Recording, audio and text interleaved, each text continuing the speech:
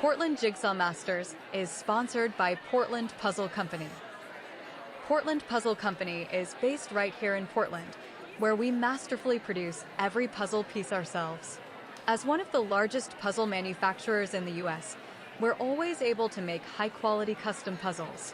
Whether you want us to make a one-of-a-kind gift, or you're an artist who wants to turn your art into a puzzle, we got you covered. Visit us online or in person.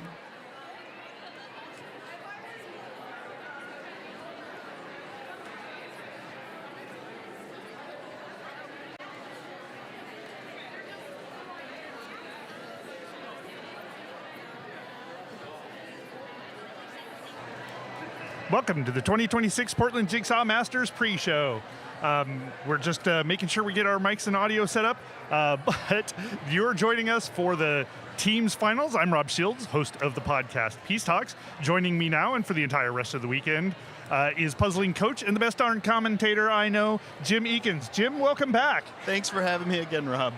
Always a pleasure. All right, and through the magic of the remote internet, we are joined by an expert every time to help us better understand the round that's coming up. And this time, from all the way across the world, we have team and individual amazing puzzler herself, Katrina Coleman. Katrina, are you out there in the world somewhere?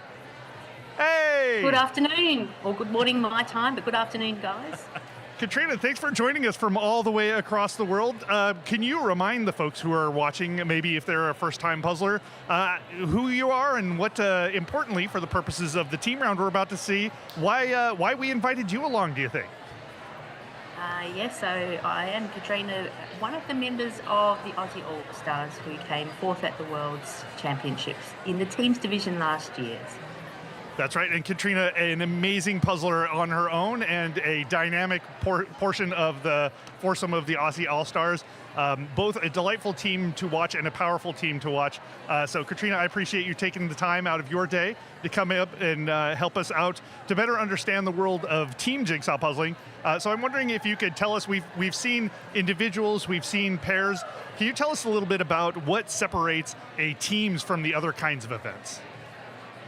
Yeah, it can be quite interesting, and depending on the image, you either need to all know all of the image, or you just tend to focus just on your little area that you're given to solve. So a lot of it really does depend on the image. You need to be comfortable in each other's space. You need to not say sorry if you need to lean over other people, because that's all part of slowing down. So trying to keep the pace. Teams puzzling is wonderful in that, if you're struggling with a little bit, you can look up your other teammates that are perhaps putting pieces in, and then you're back into it. Go, yep, we've got this, it's great. So thoroughly enjoyable team. We've talked a little bit about division of roles when it comes to pairs. I imagine that it's got to be a lot more division of roles and capabilities when it comes to teams. Is that true? Yeah, absolutely. You often find that you've got one person that's primary role is just to sort out the pieces for the other people. You've got to be mindful of people actually having access to pieces to put in, and that the puzzle isn't sort of stuck up one end out of the way of the other people, to other people that are sorting through the loose pieces perhaps. And then, if you've got a variety of different skill sets, so some people might be very good at pick and place, some people may love fur, some people may love a sky. Wait, so you said love fur? Yeah, some people love fur. Huh, who? Melissa Townsend loves fur. We're going to have to pick her brain at some point. I guess so. But whenever you're thinking about teams, do there tend to be common strategies across them? Like, if a puzzle comes up, do most teams do the same thing, or is it different for each one?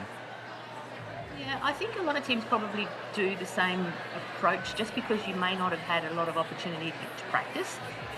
If you get the opportunity to practice, then you can start creating some different strategies for different types of puzzles. So if you've got somebody that is very good at sky and a landscape puzzle comes out, then you want to make sure that they're working on the sky. So it might be a change in position on the table depending on what comes out.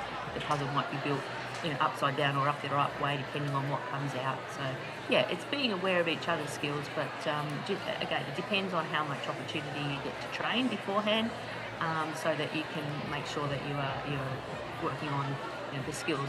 Each person's working on their best skills. Uh, how does the Aussie All-Stars divide up your approach to a puzzle? I'm sorry, Rob, that broke up on me at my end. Yeah, no problem. So I'm curious as to how Aussie All-Stars approaches solving a puzzle. We have Ree, who is our team leader, and it's basically Ree's role to go, this is what you guys are doing, and we just say, yes, Ree. And so is she the puzzle captain? I assume that you guys have other roles. Does everybody else have a role? It sounds like Mel is the fur person, but how else does this break down? Yeah, so it is largely what Ree sort of is discussing. She is the team leader, and she's the one that does most of the sorting out for us. I'm very much a landscape puzzler, so sky, grass, yeah, I'm all over that. Hannah is very much a pick and place puzzler, so any smaller details, that's her area. Like you say, Mel likes the fur. Poor Ree will take whatever's left over, essentially. But most of the time, she's actually divvying out pieces to us.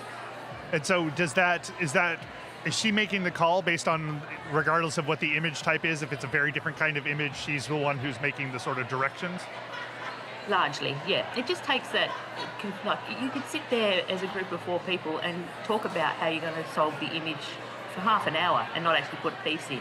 So you do need somebody to take charge, and Ree's the perfect person for that. She's very logical brain as far as it comes to building the puzzle. So we've delegated that role to her, and she's sort of controlling the cats, so to speak. And we're this is what you're doing, and we're just into the field. So it takes that. It takes the confusion. It takes that, oh, well, I wanted to do this guy. Well, no, you're better at this, and it takes all. You can talk about it for half an hour, like I say, and not actually get your pieces in. And you want to be straight into building that puzzle. As soon as you start flipping, you want to know what the plan is. So it's Ree's like, yep, this is what we're doing. Okay. And is that pretty common in your experience, that there is a team captain who really has that level of responsibility across the entire puzzle, across the variety of puzzles, or is that really a capability that is more specific to the Aussie All-Stars? It's probably very specific to us. I don't know.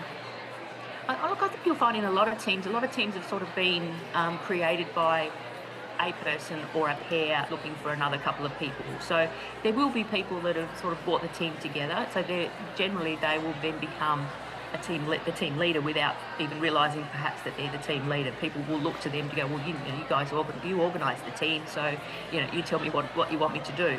I think you'll find that's often the case. For those who are watching a team's competition for the first time, we know that you can kind of see what the puzzle progress looks like, but what are some indications of a really cohesive team? You will actually see the communication, which is good.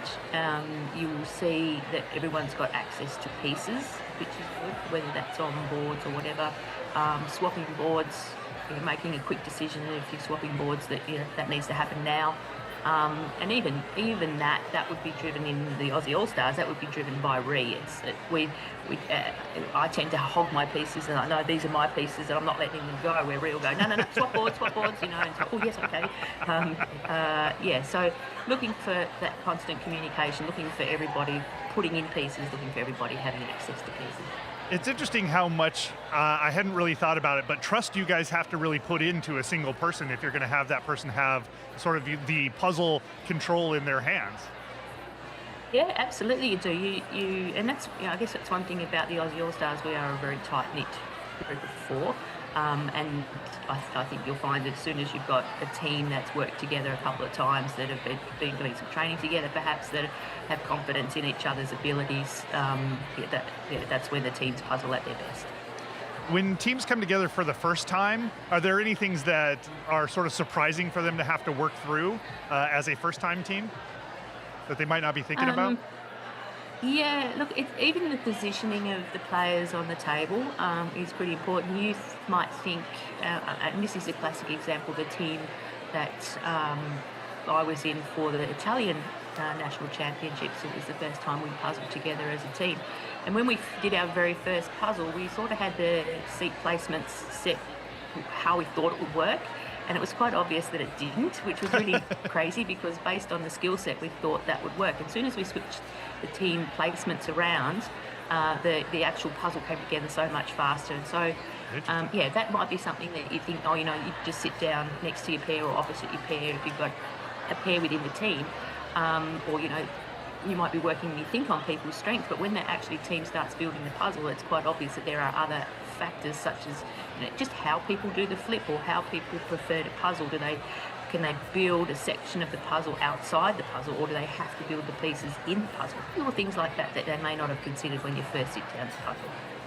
Amazing. Well, Katrina Coleman, thank you for giving us a little bit of wisdom to get us started in this round. That has been extremely enlightening, and we'll look back to hear from you after the first handful of teams have finished to give us some perspective on what we saw.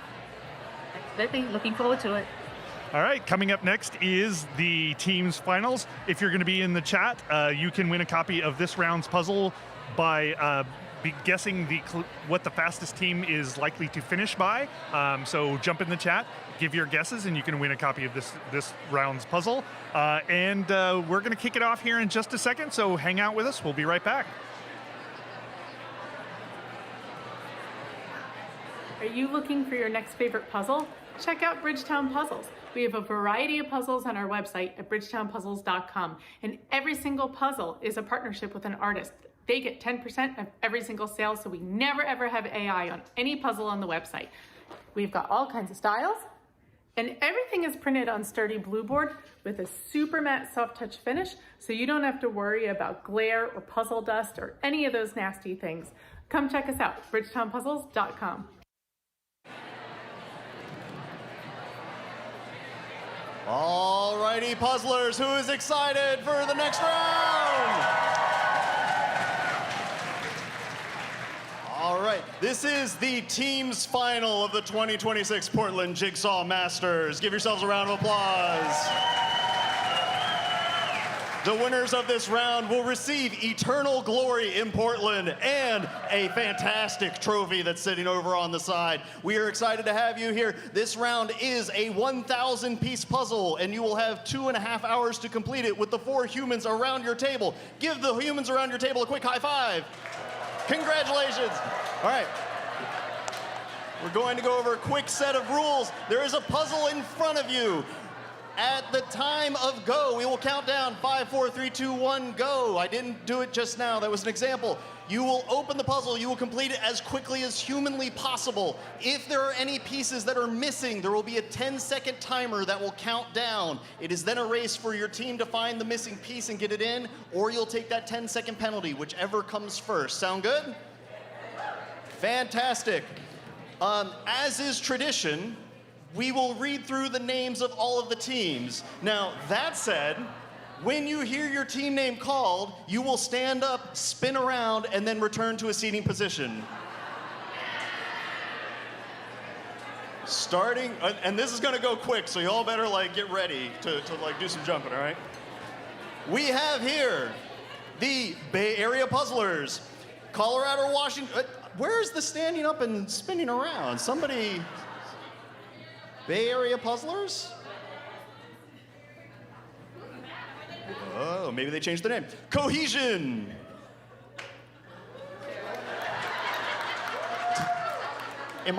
Is this a bit? Am I getting punked? Completely Puzzled. There we go. Different every time. There we go. Edgelords.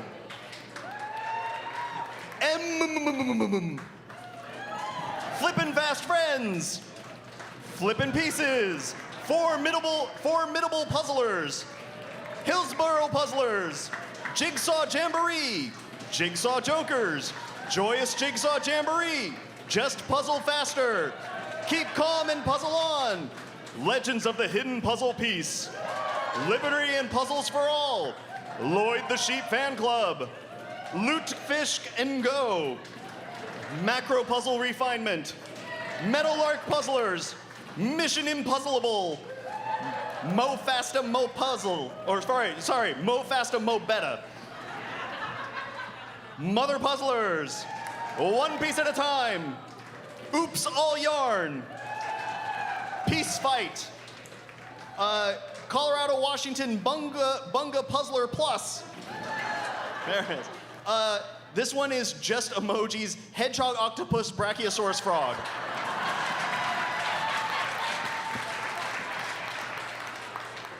Peace out. Peace peckers. Protecting my peace. Pure chaos. Put the pieces where they go. Puzzle jail. Puzzle pals. Puzzle RRT. Puzzling gems. Puzzling porters. Rose City puzzle, or Rose City racers. The sick mix. Sweet pieces.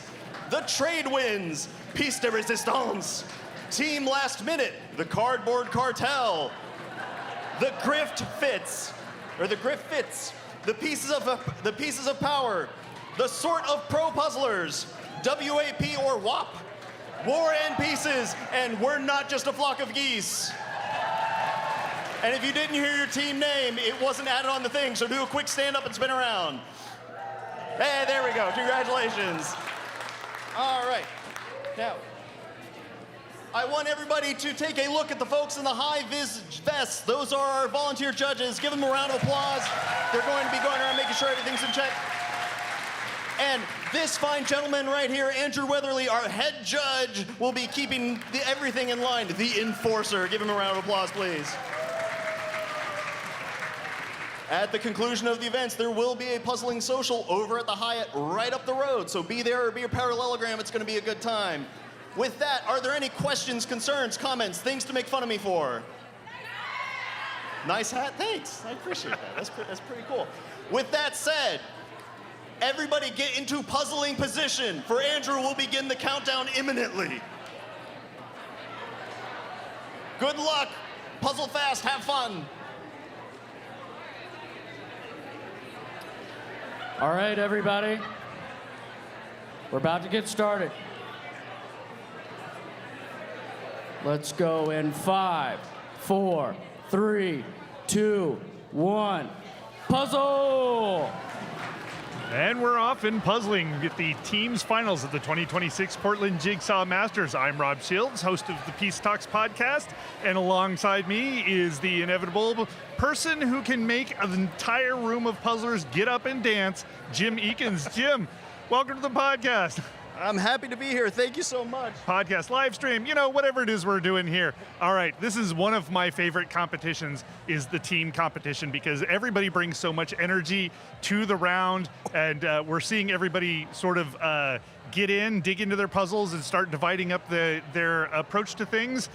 Looks like we got a copy of the puzzle here. Let's talk a little bit about what we're seeing so far. So right now, all of the teams are trying to digest these pieces as quickly as possible. It is a 1,000-piece puzzle, so it's interesting to see how they approach the initial sort here. A lot of teams will dump all of the pieces into the middle of the field and then do sort of every person pull pieces out to the corners along the sides. Different teams will have slightly different approaches to this, which is kind of fascinating. We can take a look here. I didn't quite catch the table number. That was the sort of pro puzzlers. There you go. You can see that they're all flipping in that same direction and using this puzzle tray to hold on to any edges or initial projects that they want to work on. This is Puzzle Jail, by the way. I was telling you the last film. Yeah. Fantastic. We can try to go back to the split screen and check out some of the other tables, but this is really interesting. Should we talk about the puzzle for a moment? Let's talk about the puzzle. Why not? People at home probably want to see it. Let's take a gander at it. This is called the Hollywood Theater, a piece by Chris Evans, a 1,000-piece puzzle. It is in this vertical component, and there is a lot of busy things going on in here. The Hollywood Theater is a historic theater here in Portland, in the Hollywood district of Portland, Oregon. So that is what we're looking at. They've been a guardian of classic cinema and good cinema for about 100 years now. So definitely an icon of the Portland area. I'm glad to see it represented. I really like this puzzle. There's something for everybody on the team in this that has a specialty. Because you can see in the background, there is a fun gradient in this sky on both ends. It's a little split, which is kind of tricky. There's also some nice islands that you can build out. That Hollywood sign, there's text in here. This giant Hollywood that's vertical. Because it's vertical, you might be able to use the outside edges of this to make a little progress before digging down deeper. There's a whole section of busy individuals down at the bottom that you can pick and place and make a lot of progress there. There's even regions of duplication in here. This puzzle has something for everyone and also something for everyone to be concerned about. I am so excited to see how everybody approaches this. So you're feeling like this is a good sort of division of labor amongst a team. So if a team has a variety of different people on them, they can jump in and call what it is they want and just dive into it, or call what it is they don't want, to your point. Yeah, well, and you can even approach this using backgrounds, like that lighter orange background. Some puzzlers will probably try to pull out that darker brown, even this region over here, or doing the bright yellows and splitting those up. There's so many different ways that the teams will approach this. Part of this is going to be a game of which teams have, we can go back to the split screen here, which teams have really dug in and know their players' strengths that they can set up the entire team for success. If only one person is good at pick and place, but the rest of the team needs to do gradient work or setting up islands, that could throw off the total dynamic. So the team needs to be moving all in the same direction. So we've been looking at 500-piece puzzles all weekend so far. What is different about this being an 1,000-piece puzzle? About 500 pieces at a baseline. Interesting. Right? Yeah. Crazy. I love your insights. It's also a thing where when you have more pieces is more problems, because the search field goes up exponentially. You have more opportunities for uncertainty. The degrees of freedom has increased dramatically. You can see Puzzle Jail here doing a pretty hefty sort early on. I also like how all of the pieces are kind of in the middle for easy access. And I think they're doing some sorting into the blues here. The decision making at this stage is critical. We're coming up on the 5-minute line, and this is where all the teams are setting themselves up for what's going to happen for the next 35 to 2.5 hours. So it feels like a lot of upfront communication in terms of getting this particular puzzle started, just because there is so much that I feel like there's a lot of coordination that needs to happen in terms of who's going to do what, where things are going to go. I talk a little bit about how you configure the space when you're working at a 1,000-piece puzzle with 4 different people. So one thing that you can do is, if you're familiar with the brand, you can often have somebody on the team actually use their body as a measurement tool. Because if you know the height of your elbow to fingertip, you can lay that down and go, this is how tall the frame needs to be, and you can use that as a way to make space. All of the teams have their own table here, and this is actually really interesting. Just Puzzle Faster, they've decided to put their build field all the way at the edge of the table, so that way they can use the 3 sides of the table rather than what happens on occasion where if the build field is in the middle, they can only use the 2 sides and everybody has to stand kind of awkwardly. In this case, you can see Irina using that 3rd side to her advantage. She has direct access to everything that she wants to assemble down at the bottom. Yeah, so it looks like they just feed her the pieces down there. She's going to define the space of the puzzle, and everybody else is sort of crowded off to the other side. Yeah. Now the draw, and as with all things, there are trade-offs in speed puzzling. In teams, whenever you have the piece pile on the opposite side of the build field, it means that you have to travel around things, or you have to be really accurate in everything you pick up to make sure that you don't start having a split pile that's underneath of the build field. So would you imagine that once that edge comes together that they might migrate that puzzle more towards a central where everybody can get at it a bit easier, or you think that once they've decided to anchor it down at that end, it's really going to stay at that end? I think that it's going to stay anchored down there.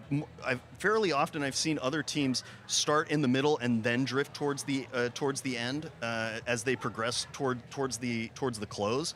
But that team has really decided to just go all out. We are planting the flag at the end of the table, and we're going to cruise through. We're looking at Beatrice Endler there, again representing Peace Talks, the brand, as she always does, which I am deeply appreciative of. Fantastic shirt and fantastic people behind that podcast, by the way.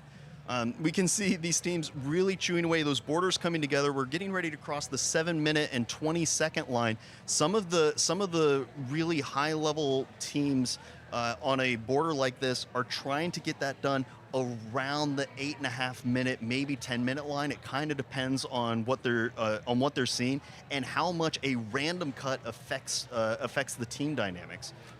Do you feel like with we're scaling up the number of pieces by your count, 500 more pieces. So we're adding, if I'm doing the math right, 2 times. We're adding a whole other extra part of the team times, but we're also adding 2 more people than we've had on anything. So how do we expect this to sort of play out time-wise when we're both increasing the number of pieces, but also increasing the number of teammates? So it, as with all things, it depends. My hunch is that if a team is really locked in and they have a individual that can do gradient, they have somebody that's good at busy, they have somebody that excels in each one of those primary categories, we could see times that are around the 35-minute line. This might be a little tricky. I think the sorting down at the bottom is going to be more difficult than some puzzlers would like. Or than some teams would like, but so far we're seeing a lot of great work. The lower left corner, it looks like they almost have their border done. There's a look at the trade wins with that whole team. They have the full border locked in already under the 9-minute line, and they have that central text already ironed out. They're going to create those anchor points, and then the 2 Reuters are going to chew through the gradient in that sky. What's really important about this team that you failed to represent is that they're all wearing Peace Talk shirts because they've all been guests on the Peace Talks podcast. And I love that Gene and Kathy Reuter have not only taken the shirts, but they've made them personal. You can see that there's some embellishment on the numbers on the back there. You see it's Gene Reuter, and then they get the episode number on the back. So these are all former Peace Talk guests, which means that I'm rooting for them a lot. Speaking of people I'm rooting for, so we have up at the desk with us today, Chris Evans from the Hollywood Theater. Hello. Chris, welcome to the front desk. How are you? I'm great. This is amazing. Let's just scooch on up to that microphone. Yeah. Can you guys So, hear? so you're the artist for this. Yeah, I piece of drew work. this, and it's blowing my mind to watch these people just put it together so fast. Yeah, so usually I want to dive into the artwork, but let's dive into the sentiment. How are you feeling? Like, tell me what your reaction is to just seeing your art splayed out over 50-odd tables with 4 people on each table just destroying it and trying to bring it back together. It's already really sensitive when you're drawing something and you're like, people are going to be looking at every little pixel. And now I'm like, wow, this is the most impressive feedback session I've ever had. Is that right? What kind of feedback are you gathering from this? Well, I think even to think about the experience where people are, what people are separating together, I kind of overheard some of the puzzlers talking about, okay, I got the marquee, you could do this, and that's pretty exciting. And I like doing puzzles, so when I was drawing this one, I really thought about, I love doing artist puzzles, and you can really see what the artist was thinking, how they made the image. Mm-hmm. So I really did try to put a lot of Easter eggs, and I couldn't believe I was like, wow, this is a really heavy puzzle to use for the competition. Yeah, well, we're giving folks an opportunity to really dig into it. That being said, we were just talking through the sort of deconstruction of this puzzle, and Jim was saying, rightfully so, that there's a lot in this for a team. There's a gradients, there are solid colors, there's intricate things, there's repeating patterns. There are people who specialize in each of those things. So it's nice to have that, so a team of 4 can really attack it from a bunch of different angles simultaneously. I'm going to guess, might be wrong, tell me, that none of that was really entering your mind when you were putting this together? I mean, I think I understand, like, I do puzzles, not with a timer, and I always think it's easy when you have, like, sections that are words or, sections, and I think alone the theater that this is based on is so detailed out anyway. There's so much information just in that, and then you've got this other layer of the characters on top of that. So I think, again, when I was drawing it, I really thought about, this is so satisfying, I really just thought about the people who are doing it a little bit slower, who are able to be like, oh yeah, look at that little guy. That little guy's got a pocket watch. So, I mean, and the good thing is that a lot of these puzzlers, probably most of these puzzlers, are going to knock this out in however long it takes them. We may see it in under 40 minutes get sort of assembled, but then they'll take it and they'll sort of come back and slow puzzle it as well, or slower puzzle it. And get a lot of puzzlers really like things like you have in here, a lot of detail, a lot of Easter eggs, the ability to sort of dig into the puzzle and really understand it, because you don't necessarily get that opportunity, especially when you're only doing like one of 4 people to do this. So let's back up just a little bit. So obviously this is an icon of the Portland area. How did you come to even think of doing a piece of art around this? So this is the second Portland puzzle that I've gotten to do. I'm a local artist, and I'm part of a group of us who like to do pop-ups that had started out in the Lloyd Center Mall. We call ourselves Mall Rats. And so last year we did a pop-up at Movie Madness, who is affiliated with Hollywood, and Another iconic location. and I basically was like, I gotta draw Movie Madness and all these movie characters, and then they were like, we really like this, can we make this into a puzzle? And then this year the Hollywood Theater is 100 years old, so they were really like, we want to make more art celebrating this theater. So so I lucked out. I got to do 2 puzzles, and then the staff at Hollywood were great because they added in a little bit of art direction where I got to come up with a lot of the movies and the characters that are in the puzzle. One of the things that I was appreciated, they were like, we got to have some Hitchcock in there. So there's a little Easter egg. Hitchcock. Yeah, tell us a little bit about it. You don't necessarily need to give us all the Easter eggs, but tell us about some of the details that show up in this puzzle. Yeah, I think one of the things that's fun, I literally had to go to the Hollywood neighborhood a few times to take my own photos Yeah. because I was just like, wait, what happened? There's so much detail. I got to kind of put that in my own voice, which was pretty fun. And then really just, I'm like, I think I'm a cinephile because I really, and I was playing some of these movies while I was working on it. It took me a lot longer to draw than these folks are going to take putting it It didn't together. take you like 40 odd minutes? Maybe even a couple hours? No. Well, I just love, you even have like the Karate Kid reference up on top of the roof there. Like there's so many little things that are just absolutely adorable in here. I'm also a cinephile, so I'm seeing a lot of these references, and it's fantastic. I am 100% certain several of these puzzlers will go back and do this again, so that way they can enjoy all those little details. That's my hope. Yeah, how long does it take for a puzzle or for an image like this to come together? This one took way longer than most of the stuff I do. And again, I think there's a lot of research that went into it. There was research, like I said, I looked at reference photos, but I really had to just be like, I have to take my own to try to really capture all the details of the building. And then research too of just like figuring out which characters to do and trying to figure out the best way to portray them, even deciding which animal should these characters be. Is every character an animal? They are. Yeah. Yeah.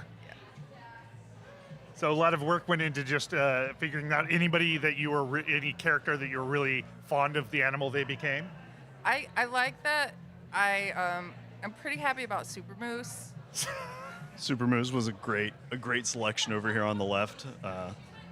Circle the super moose there. Thank you. For you to see. And as far as just being an illustrator, you're always like, wow, I don't know if I've drawn a moose before. So then you gotta go, okay, let me figure out how to draw a moose. Yep, things on my list to do today, figure out how to draw a moose. Yeah, first moose. Nice, and as we're sitting here, a lot of the parts are coming together already. Do you have any feel for like what parts you think, you're a puzzler yourself, obviously not a speed puzzler, what parts are the ones that are likely to come together first, or are you discovering that along with the rest of us? If I'm doing a puzzle, and especially if I'm doing a puzzle with other people, I'm like, I got the letters, the words. That's gonna be me, yeah. So you're a words person, so if you were to join a puzzling team, that would be your sort of superpower. I would be the letter guy, yeah. Cool. Any other things about the puzzle or your experience making this that we want to talk about? I think I'm just so happy it's exciting to be here. This is fantastic, and just this experience is just unforgettable like I said, of getting to watch this many people experience the puzzle. I'm pretty satisfied. Yeah, I appreciate the sort of joy and excitement that you're exuding here, and it reflects in the joy and excitement of the puzzle, and I think the fun that it brings here. I will caution you that you will see immediately after they're done, most of them will crumple it up and immediately put it into the box. That's no disrespect to the piece of work, but like I said, they will have had some experience with it, and they will probably go back and do it again. Well, Chris, thank you so much for coming up and joining us, and come back and tell us how you enjoyed your experience with finishing, watching people finish your puzzle. Okay. Thank you. Thanks, Chris. Oh wow, this is really, really exciting, seeing all these teams just activate their superpowers and make a ton of progress on here. What I've been really struck by lately is the different orientations and where the box tends to end up. You can see some teams are putting the box on the opposite side of where their build field is. Yeah. So all those pieces are between there, but it means that you can look at the box to get a better sense of what you're searching for. You have the fail-safe on that end. On the other side, in the lower left-hand corner, you can see that the box is on the end of where the build field is, so they can use it as an assembly tool rather than as a search tool. So being able for your team to agree on which way you want to orient that goes a long way. I also really like how several of the teams are using these sorting trays to do some assembly outside of the build field. That way, whenever they get done, they can deliver it inside. Whenever you have a random cut puzzle like this, transporting sections that you build out of field is so difficult. So being able to control for that is wildly important. Take a look here on screen. We have Oops All Yarn, a powerful team. You can see that they are also covered in yarn from head to toe every way, but they are really, really boxing things in. They have most of the sky already done. That Hollywood marquee coming into full focus. They do have the outline of the side of that building like I expected, and it looks like Hannah's doing some pick and place down in the bottom, trying to make progress in on that really busy section. I mean, that does seem like, if you're a pick and place sort of person, then you put that person right in that area. And like you said, there's a little bit of something for everybody. So you can just sort of camp somebody in one area and be like, okay, bring your special skill right here. Yeah, and look, they've done a really hefty sort where the sky pieces were up above them.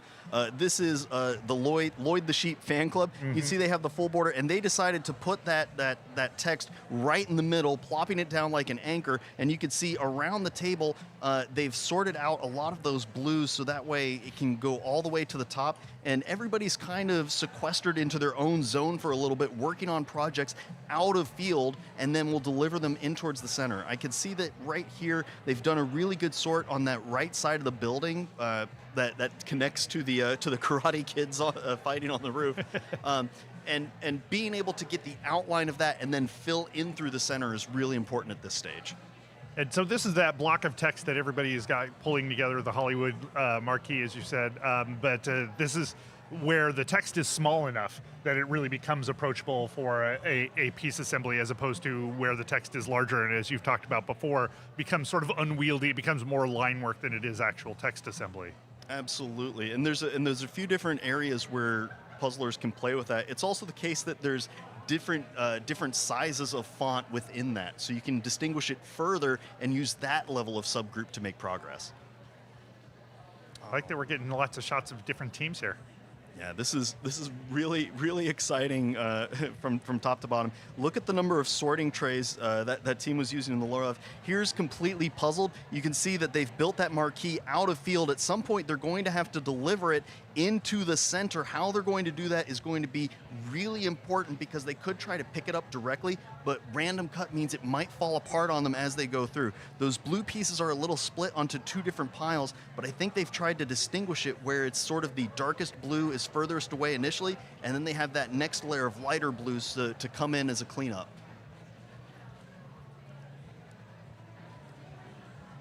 Oh, wow. And here's another case where the teams are making decisions about how they want to do the table set. You can see that the box here is in front of the edge of the table, and that's separated with the pieces on the opposite side.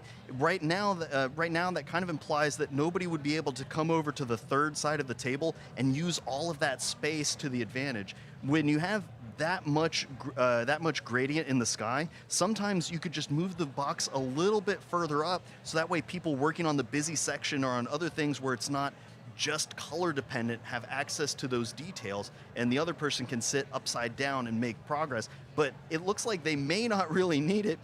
Fifi and their team, I'm trying to grab the team name here. Bay Area Rapid Puzzlers. And they are rapidly moving through this image. This is WAP, or We Are Puzzlers, a local Portland puzzling team. Looks like they're making some great progress on getting the Hollywood sign up and running. Got some edge work, and they got a lot of the blues separated out. Yeah, and I think that they have 2 different people working on blues in 2 different areas. This Hollywood sign is set up to point that way, and we have blue assembly going over here. So at some point, the team is going to have to decide which way they want to orient the rest of the build field. You know, and even on my teams right now, we've done enough puzzling that we should know better, but we've always find it difficult to reblend 2 orientations. It's so difficult, and that's one of those situations where if you're not entirely sure, sometimes setting up projects on those puzzling trays means that you can quickly make those adjustments if you have to down the line. Yeah, some of those puzzling trays would need to be quite long to take some of like the big Hollywood sign all in one tray. Yeah, having the right equipment for your team is paramount. And I know some teams. I saw somebody walking around with a spatula earlier. There's tools for everyone at every stage of the puzzling. I do want to say that the WAP team, the We Are Puzzlers, the local team, Rachel and Sean, just recently married. So congrats to both of them. Congrats! Yeah. Making connections both on and off the table. I think they were connected beforehand, but let's credit it to the puzzling. Here's Team M. They are chewing through that sky very rapidly. You can see that text came in very early for them. That border is almost complete. We're getting ready to cross the 24-minute line here, and they're making really good progress at this stage. Eventually, they are going to have to deal with this real busy section down at the bottom, and I think that several of these puzzlers are enjoying the time up a little higher, where they can do more shape work and use the gradient to their advantage. Another local Portland team with Aaron Fisk, who joined us earlier from the ORJPA, and Maggie Kirkland, who came up as a special guest. Marissa Martin in the upper left-hand corner, and Libby Bacon in the lower left-hand corner. Oh, now this is kind of cool. You can see in the lower left-hand corner, this team decided to orient their build field in that portrait setup. The box is on the opposite side of where their pieces are. That's not, whenever I'm pointing this out, it's not they're doing anything wrong. This is a choice that the team has made to try to give them the best rate of success. So the fact that they've set it up in that direction means that they can use all 3 sides of that table and have a lot more access to the whole puzzle for the whole team. And what I've learned by talking to you this weekend is that it's all about trade-offs. And so you make a choice, and hopefully that is making the trade-offs that are leaning into your strengths the most. But that does mean that you should be planning to have those conversations so that you know what trade-offs you're making. Yep.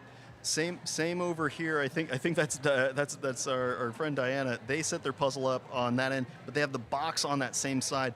I'm pointing that out because those are the little things that teams tend to not think about early on, but it does have huge ramifications down the line, especially if somebody needs to have the box in the same spot the whole time. You can see here, this team. They've decided to put the build field in that landscape orientation. The box is on the same side of the build field. They have multiple puzzle trays going, and check it out. That text is floating on its own tray, so they can deliver it into the middle whenever they get to that stage. It's not going to clog anything up. They're not going to have to fight to try to pick it up or put it down. It's already set to be thrown in. So this is the Formidable Puzzlers with Linnea as one of them. We don't have information on it. So we have Julie, Masaic, and Yale. But importantly, Linnea says that one of her proudest moments is that her team has been crushing it on the local pub puzzling scene. So good for them. That's fantastic. Somebody in the chat was pointing out that some of the teams are using both the poster and the box. You can see that in the lower left-hand corner. They have the box on one side, the poster on the other, dual wielding the box top holders in order to make sure that they have access. The team in the upper right, they had that poster right in the middle. You can see that there's a little bit of an orientation mismatch here. We switched around a little bit. But they have multiple puzzle trays going, that early sort hoping to pay off down the line as they continue through this. In the chat, we do have Victor mentioning that this would be an awesome solo 1,000-piece speedrun puzzle too. I agree. I think a lot of puzzlers are going to thoroughly enjoy this.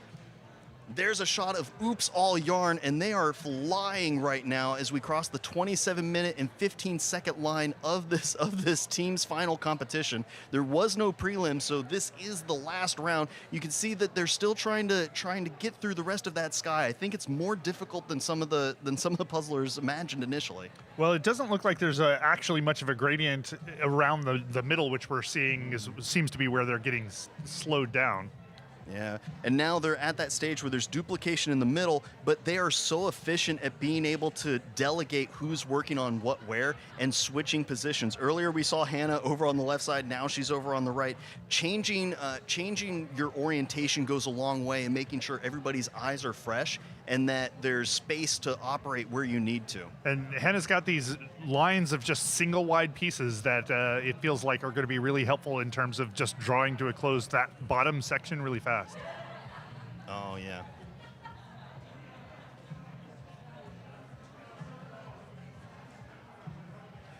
You can see on screen now that orientation mismatch that I was mentioning earlier. This is a portrait mode, but that text is set up horizontally.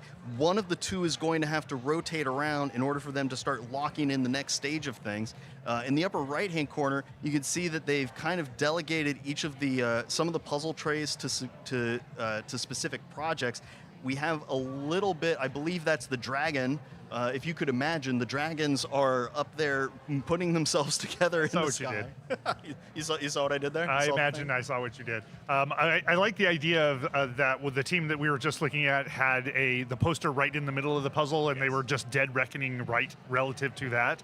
At some point they're going to have to pull that poster out of the middle, but it's a tool. It's easy to put in the middle. It's great when you have something extra to leverage. I'd love to get a shot back of the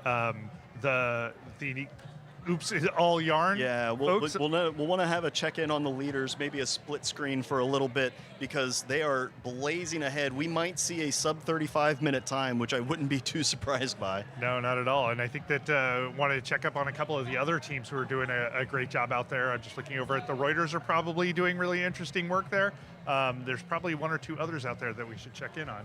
Yeah, I know the camera team is running around like crazy. It's also sometimes difficult for us to determine how the teams are doing because they're all huddled together on top of the same area. So it's difficult to see where they're at. If we take a look at this shot here, we can see that the Oops All Yarn probably down to the last 150 pieces or so, maybe even less. There's just that sky in the center, and they are doing a great job of indicating to each other what sections they want to work on. You can see that that they're grabbing a single piece and trying to drop it in where it goes. They're being really tactical at this stage. It's methodical. It's not panicked. They're not running their hands into each other at this stage. They're focusing on accuracy over physicality in order to get success here. I don't think that was Sky in the center. I think that was Hannah. Oh, fair enough. Fair enough. You were sitting on that one for a little I was like, I'm gonna whip this out as soon as he takes a breath. But yes. Oh, wow. And I just love the way that they're working together. You can see that they've decided to put the puzzle tray directly onto part of the completed puzzle. That way those pieces have easier access to the whole team. They are cruising through this very rapidly. And keep your eyes locked on some of these fast teams, because those pieces can disappear faster than you would imagine. You have 4 people that are all capable of hitting that 10, 15 piece per minute at a low end. So those, you can lose 40 pieces in a blink of an eye in a competition like this.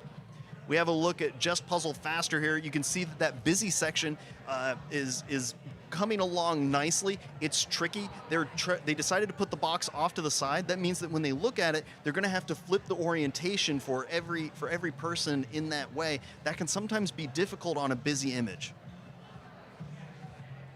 Puzzle Jail up here, you can see that they've gone for that vertical orientation. I haven't seen a lot of changing of positions. We were talking to Katrina Coleman earlier. She mentioned being able to switch out whenever you feel a slowdown, moving to a different slot, sometimes just changing what you're working on.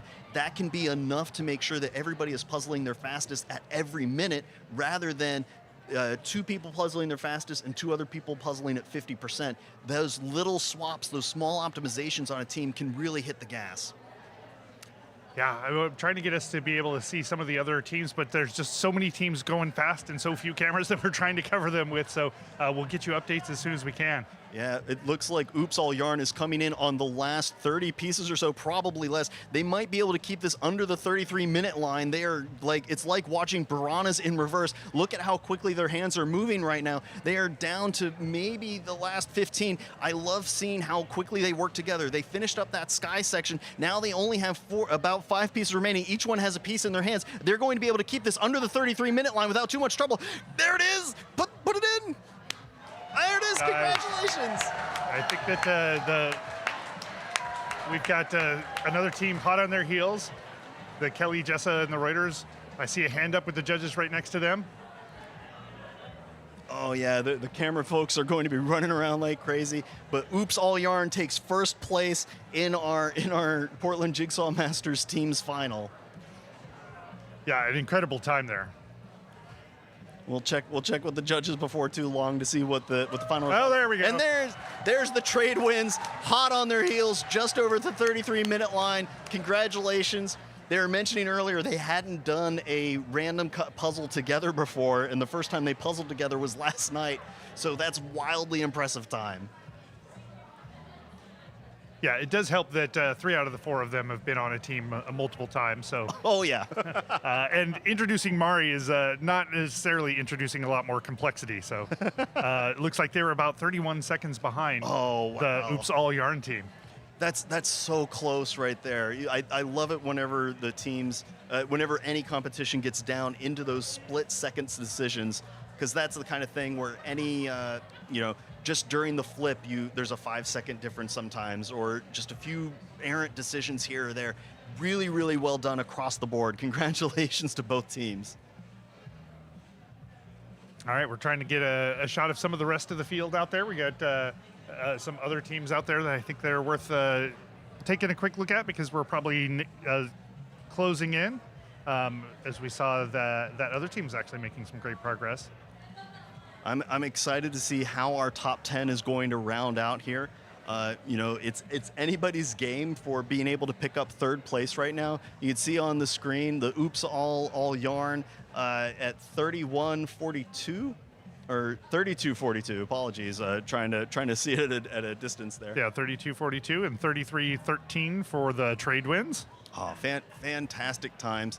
And I'm sure that's going to light a fire under a lot of these other teams. I do see the judges raising their hands, trying to signal a camera coming around. So we may have another set of finishers here before too long. Oh, this is just so exciting. I love the teams is just so much energy and they move so fast. In some ways, I wonder if we should have given them a harder problem to solve here. We certainly could have, but I think it's also fun to just watch them hit the gas. There's a whole bunch of congrats in the chat. Matin Puzzles congratulating Yarn. Victor saying US really has the best teams. Congrats. Bezel Jigsaws. Let's go Bay Area Rapid Puzzlers. Just so much excitement from the puzzle community for everybody that's in the competition right now. Flock of Geese look like they're actually doing a great job here as well. So Jasmine Lambert, Ali Arundel, Andrea Heiston, and Jennifer Sipple. So that is a non-trivially strong team as well. They may be able to lock in third place here. I do see another team that's also pretty close. We might end up with a runoff here, but they've decided to put that puzzle tray right onto what remains of a completed section of the puzzle. That way, everyone has equal access to the pieces. You can see that the teammate over in that far corner is having a little trouble reaching across without blocking the build field. This is one of those instances where if they have access to the third side, everybody would be able to see that a little bit easier, but the trade-off is somebody might have to work upside down in order to do that. Yeah, this does feel like the kind of thing that maybe at this point you could, not at this point really, but you could grab the whole puzzle and just move it once it's cohesive together enough. Yeah? Oh, yeah, absolutely. I'm gonna try to switch back here because I think they're getting ready to. I took control there for just a second. They're down to about the last 40 pieces or so. It's going to be cutting it a little close, but I think they're having it. Oh, I love that move. You can see that they did a split right there, by splitting the piece pile onto two different sorting trays, it made it where the search field that each member is looking at is a little bit smaller, and they can focus on a single area of the image in order to try to get a few more pieces in. At some point, they're probably going to swap which board is on which side. I'm really excited to see if that happens. We call it a round robin, but they're doing a solid job here finishing up these last few pieces. You can see they're almost at the point of zero ambiguity. There's a few gaps left, like right up here and in this other corner. It's sort of the outer edges of the movie theater where there's those balconies that are duplicated on either side. I'm not too surprised about that. We're coming up on the 38-minute line. They might be able to keep this under 38:30 if they can keep this pace right now. Yeah, it's interesting that we're finishing up near the top. Is that what you would expect? I'm not too surprised that a lot of the teams are finishing in this duplicated area.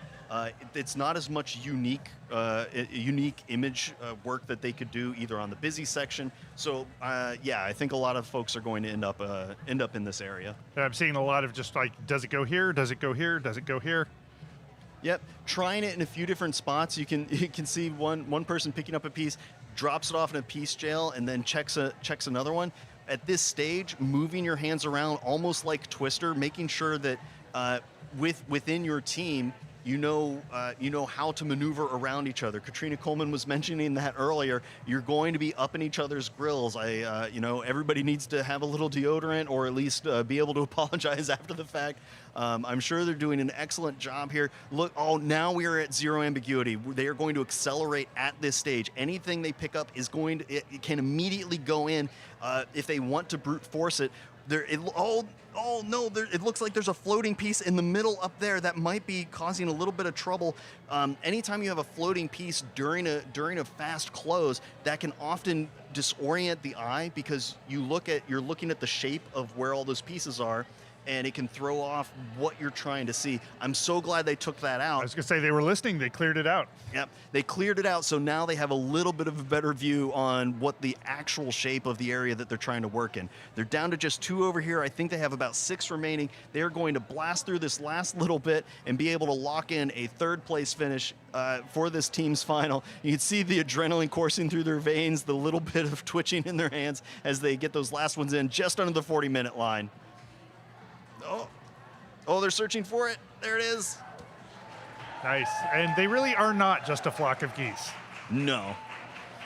They are a flock of flying puzzlers. You would think this was the all yarn team, but I believe this is, we're looking at Irina here with a little bit of bling that she picked up from the Oops All Yarn folks. Yeah, this is the Just Puzzle Faster, a really powerful team with the Stride sisters and Irina and Jessa. They're going crazy right now. I love how the puzzle community likes to help each other out, both in terms of cheer, but also just being kind and giving each other little gifts to wear. Like Irina is wearing one of the Oops All Yarn belts right there. Macro Puzzle Refinement, the Northwest team by and large, plus Nicole. I'm actually not sure where Nicole is from, but bringing it home here as well. Oh wow! You can see that they're using all of these puzzle trays. They have 2 different ones here that they're cooking with. I'm curious to know how that orange background is helping them out on this one. Sometimes that can make the colors pop for certain views. Just Puzzle Faster, hoping to puzzle a little faster. Can they keep this under the 42-minute line? We're not entirely sure how many pieces they have left, but you can see the energy picking up. Just a lot of focus going on right there. Yeah, you can see just from the movement that they're very close to the end. They have a little bit of backup. There it is. Congratulations. Nice. And Nicole was from Spokane, just to close that loop. Yes. So it was definitely a Northwest team. Spokane and not Spokane. Not Spokane. Rose from Portland, Nicole from Spokane, and Cosmo and Leslie, who we saw in the last round, from the Seattle area. And all the hands are in the middle. Everybody's got hands going somewhere. At some point, it's a hand management problem if you have the right puzzle and a lot of hands going. Yeah, this is it. There we go. Congratulations. A lot of finishers right on top of each other there. Yeah. Well, and this is what Katrina was referencing earlier, where sometimes an organized team or a team that puzzles a lot together, they know how to maneuver around each other at that stage of a fast close. Every once in a while, excitement hits, and you want to get that one piece in as quickly as you can, and you might be bulldozering over your partner. So being able to communicate really well is important at that stage. Yeah, there's a couple of different sayings that I've heard along the way about what it means to be a true puzzling team, and one is that a true puzzling team means not having to say you're sorry because you're not getting in each other's way, or you're not apologizing for getting in each other's way. And then Ingesino from Amsterdam, or from the Netherlands, had said, you don't say sorry on our team unless you draw blood. So you're a real team when you're in there. You're just jostling for position. You're doing great communication, but you don't worry so much about getting in each other's way. Got a piece on the floor. There's the Bay Area Rapid Puzzlers. 2 pieces and There into it the is. puzzle. Congratulations. I think we're still hunting for our total top 10. Our top 5 has been rounded out at this stage, but I wonder if we're. I'm gonna say the thing. Say the thing. Can we clear the room? Can we do it? Is this the one? Is this the chosen puzzle? Is this the moment? Well, we do have 2.5 hours for this puzzle. So you're telling me there's a chance? I'm telling you there's a chance. I mean, I always like to support your vision, Jim, and I've been with you the entire way. We haven't seen it pan out, but if you're not hoping, then it can't happen. If at first you don't succeed, have more competition rounds. And here is the all emoji, Beatrice, Pat, Anna, and Kate, coming to a close here. More puzzle pieces on the floor. Congratulations. Right under the 44-minute line. Yeah, and they're coming fast and furious at this point, so I think that's probably team number 6. Might even be too fast, too furious. Oh, 7. Team number 7. Oh, wow. Yeah, so we have 3 slots left in the top 10 for the team's final here. Who is going to take home the continuing eternal glory of the Portland Jigsaw Masters team's final round? In order to cruise through, I believe this is the Lloyd the Sheep fan club there for a moment, doing a solid job. And now we're at team M.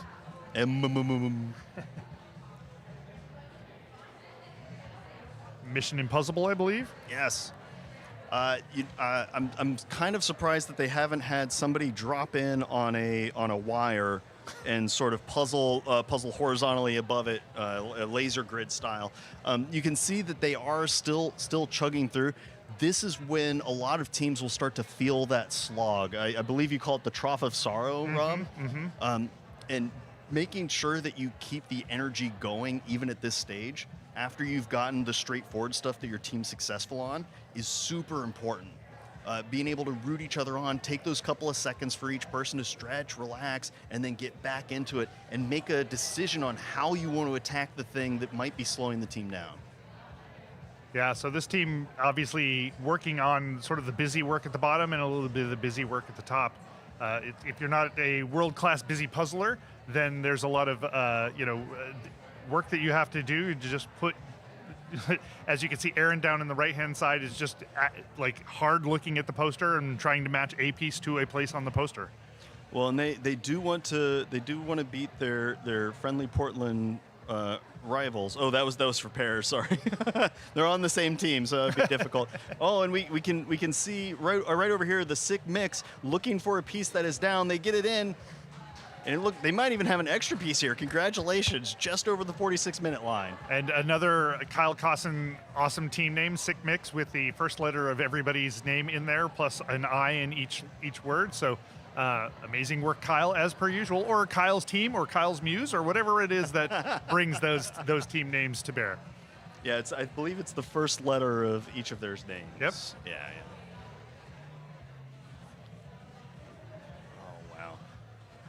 This is absolutely thrilling. In the room there is Uptown Funk playing, which fabulous song, and I hope it drives a little bit of energy into these teams. to push them towards success. Team Last Minute not going to have to worry about finishing this puzzle in the last minute because they are well ahead of schedule at this point. I really like how they've made a couple of islands right in the middle for that for the tricky duplication section. And are these clear puzzle trays that I see? Yep, Zatco brand's clear puzzle trays. Oh wow, I'm always curious about those. In my mind, it might make it more difficult to see the pieces that you're looking at, but I have talked to some puzzlers where having the clear tray means that you can hold it over certain areas and scan a little bit faster with a whole group of pieces. Yeah, I had that same concern that being able to see through the tray might cause more problems than it solves, but in using it myself and then talking to other puzzlers, they're able to. It hovers up off the puzzle enough that you actually you can see the gap, and it really does still stand out. It doesn't get as lost as you might expect. In the chat, there is a lot of cheers for Team Chaos and Go Puzzle Jail.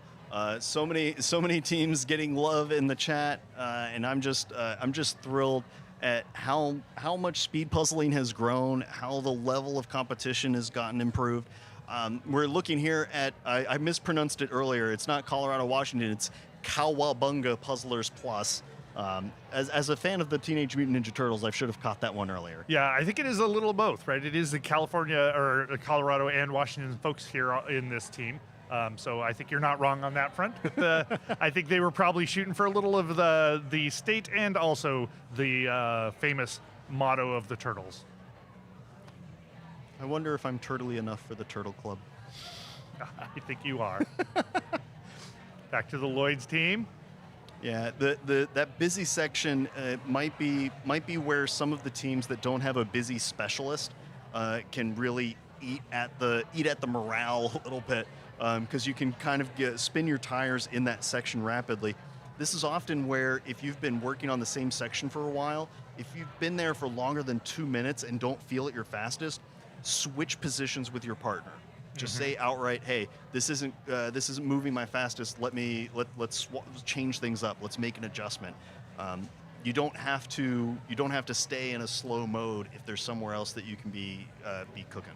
If you don't have a busy specialist on your team, is there like tips for getting a busy puzzle or busy sections, tackling those?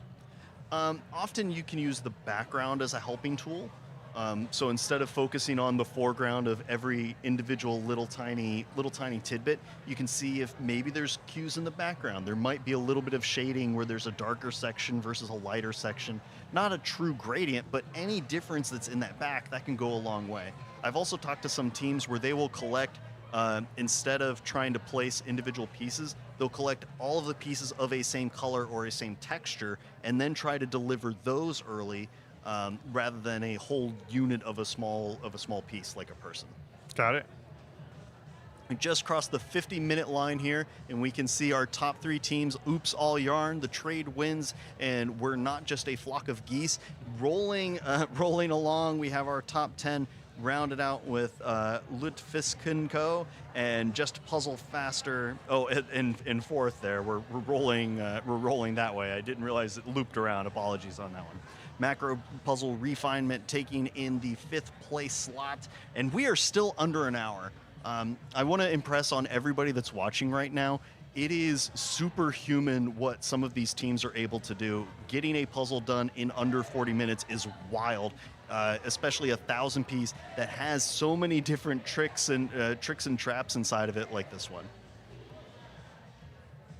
Yeah, agreed. Is this team M? Yes, this is team M. It is. Up, crossing the 51-minute and 6-second line. There, we got a good look at the inside here. They're almost at zero ambiguity. You can see that there's a couple of spots here where a piece could be placed inaccurately, or up in this corner. King Kong may have something on that particular area. I'm not sure if that's flat. Yeah, it's a little bit of a flat section, but we can see the chest of Kong getting ready to be beaten into submission so they can finish up the rest of this movie theater puzzle. So I'm trying to get our expert Katrina Coleman back here. If she's hanging out and we can bring her on, let's go ahead and do that. And so we'll just keep chatting until she pops up and we can pick her brain on how things are going. Oh wow, I always enjoy this stage of puzzling for a team. It feels frustrating because it's kind of plodding and you're getting one at a time. But at a certain point, all that pent-up energy of wanting to accelerate just snaps, and you can feel that moment of transition to the immediate close, moving as fast as you can, using just shape work to wrap it up. Didn't quite catch the team name on this one, but they are making really steady progress. Reminder, they have 2.5 hours for this 1,000-piece puzzle. That is not a lot of time for the average puzzler, and they are making this look much easier than it actually is at this stage. Team M bringing the last bits of the busy work, the repeated work up there at the top, and a little bit. They just got one piece down there at the bottom, just to bring that home. There it is. They're about to reduce down to just 2 trays rather than having some pieces at the bottom and then some pieces on the various trays. That is getting reduced so quickly at this point. A thing that a lot of puzzlers forget is that you're still allowed to look at the box when you need to at this stage. It's so easy to kind of get trapped down into the weeds and forget that you have a solution manual sitting right there. They are down to the last 5 pieces or so. You can see the hands are flying rapidly, kind of hovering over some of the gaps. They're down to just 3 pieces. Are they going to keep this under the 53-30-second line? It's so close. A piece pops out just a little bit. Might be just over the line. Congratulations, Team M. Yeah, nice job, local team. I always find the 4-way high fives are challenging. I feel like that's a thing that I just need to put on the team list of things to practice. It might be worth it. I sometimes wonder if there's certain like puzzle piece orientations that the hands should be in order to make that successful. Oh, there's your friend Tickles in the upper right corner. I believe that's Tickles. I spent some time with Tickles in the social time last night, and Tickles up front, or up close, still looking into the depths of my soul and finding me wanting. So, but I did get to talk to the person who brought Tickles into life, and a fascinating story and an interesting person, handcrafted, a maker just making something into being, and I appreciate that. Was talking with Beatrice Endler, and she was like, my mind was blown by that. I realized that I have free will and I can do whatever I want. But when looking at that, and I'm like, yeah, I had the same sort of mind-expanding vision, only in the darker realm. So I think, good on that person for bringing that into being in the world. Clearly it needed to exist. You can see this is Piece de Resistance coming in on the last 50 pieces or so. And Team the Lloyd Fan Club, they are cruising at this point. You can see that they did switch positions a couple of times. Issa has moved up closer to that upper region of duplication. Those rearrangements often give a little bit of a oomph to a team. It lets them hit the accelerator and come into a project with clean eyes rather than getting too zoomed in. I really like it whenever teams are able to do that and aggressively switch around. They're coming in just on that center chunk. This has been the area that virtually all of the teams so far have hit that speed bump on. I'm not too surprised about that, but it is pretty consistent. You can see in the corner Albert keeping an eye on them, and every member on this team, I believe, are Twitch streamers. So you can also see that they have their own phone setup, so that way they can stream their puzzle solve in real time for folks that are watching on Twitch. Just crossed the 56-minute line. They have about 5 pieces remaining in the middle. There might be a few gaps elsewhere, but they are closing this out real rapidly. Come on, get those last ones in. There it is. Congratulations, Team Lloyd's Fan Club. And it's interesting that they're working on an icon of the Portland area, the Hollywood Theater. Another icon of the Portland area just closed, and it was Lloyd Center. It was a mall that had been existing for quite a number of years. It used to be an outdoor mall, and then it became an indoor mall, one of the first outdoor malls ever. But its run came to an end just earlier this month. So, they're working on a Portland icon and hearkening back to another icon that is soon to be bygone. That's a bummer, but it's good to know that at the very least, images and memories will live on past the things, even if they get closed out. We can see Team Puzzle Jail in the lower left. I wonder how many puzzle jails they have, or if they just use a one set of detention center for pieces that bother all of the whole team at once. You can see a little bit of a rotation happening here. One of the members moving around to a different slot in order to have better access to a region of the puzzle. This busy section, I think nobody on that team really wants to be down in, so they are avoiding it by working on other things. It's very similar to whenever you have projects that you want to work on, or projects you don't want to work on at all in real life. You go, I don't want to do that. Let me work on something else important for a little bit. You're still chipping away at your to-do list. Yes, productive procrastination. That's the spirit. As long as you can put productive in front of procrastination, I feel like it's okay. It validates it.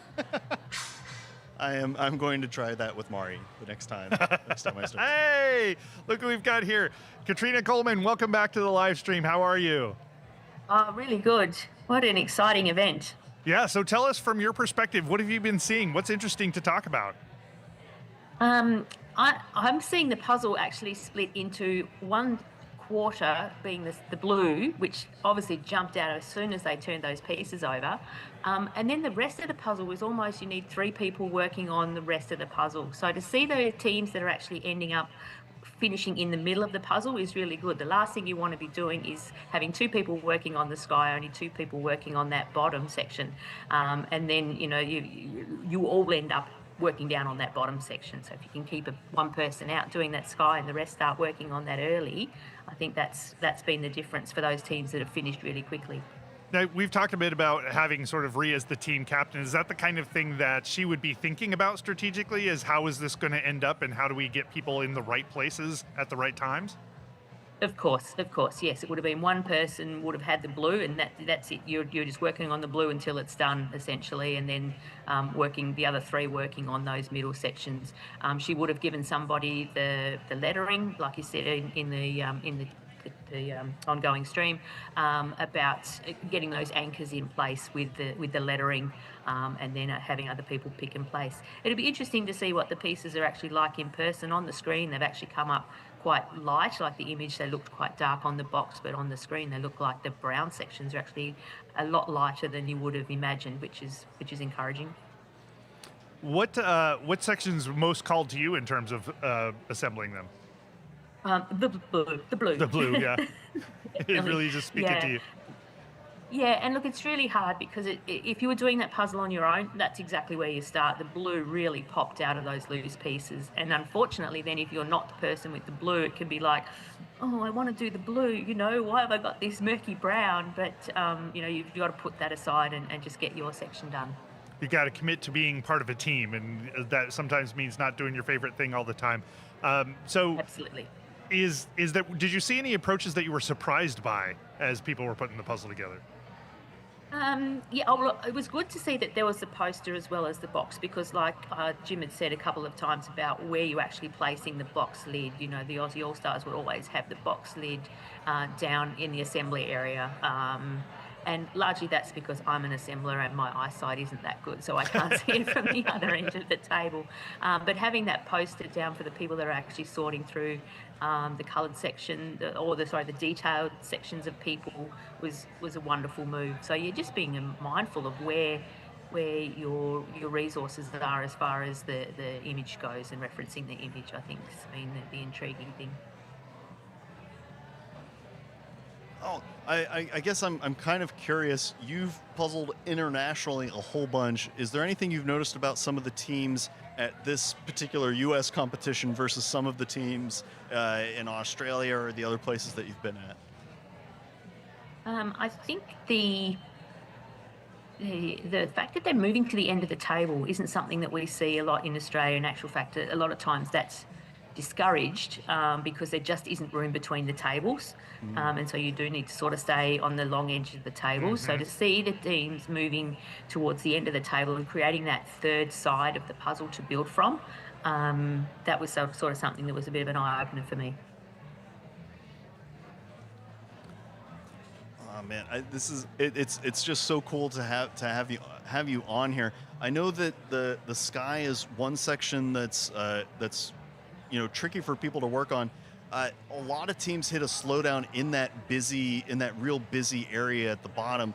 What sort of things can teams do to reset themselves if they hit that slog zone? It's changing your focus, I think. So you've got the opportunity to say, let me just start looking for colour, or let me start then looking for the piece for the place. So being able to switch between the piece for the place, looking for a colour.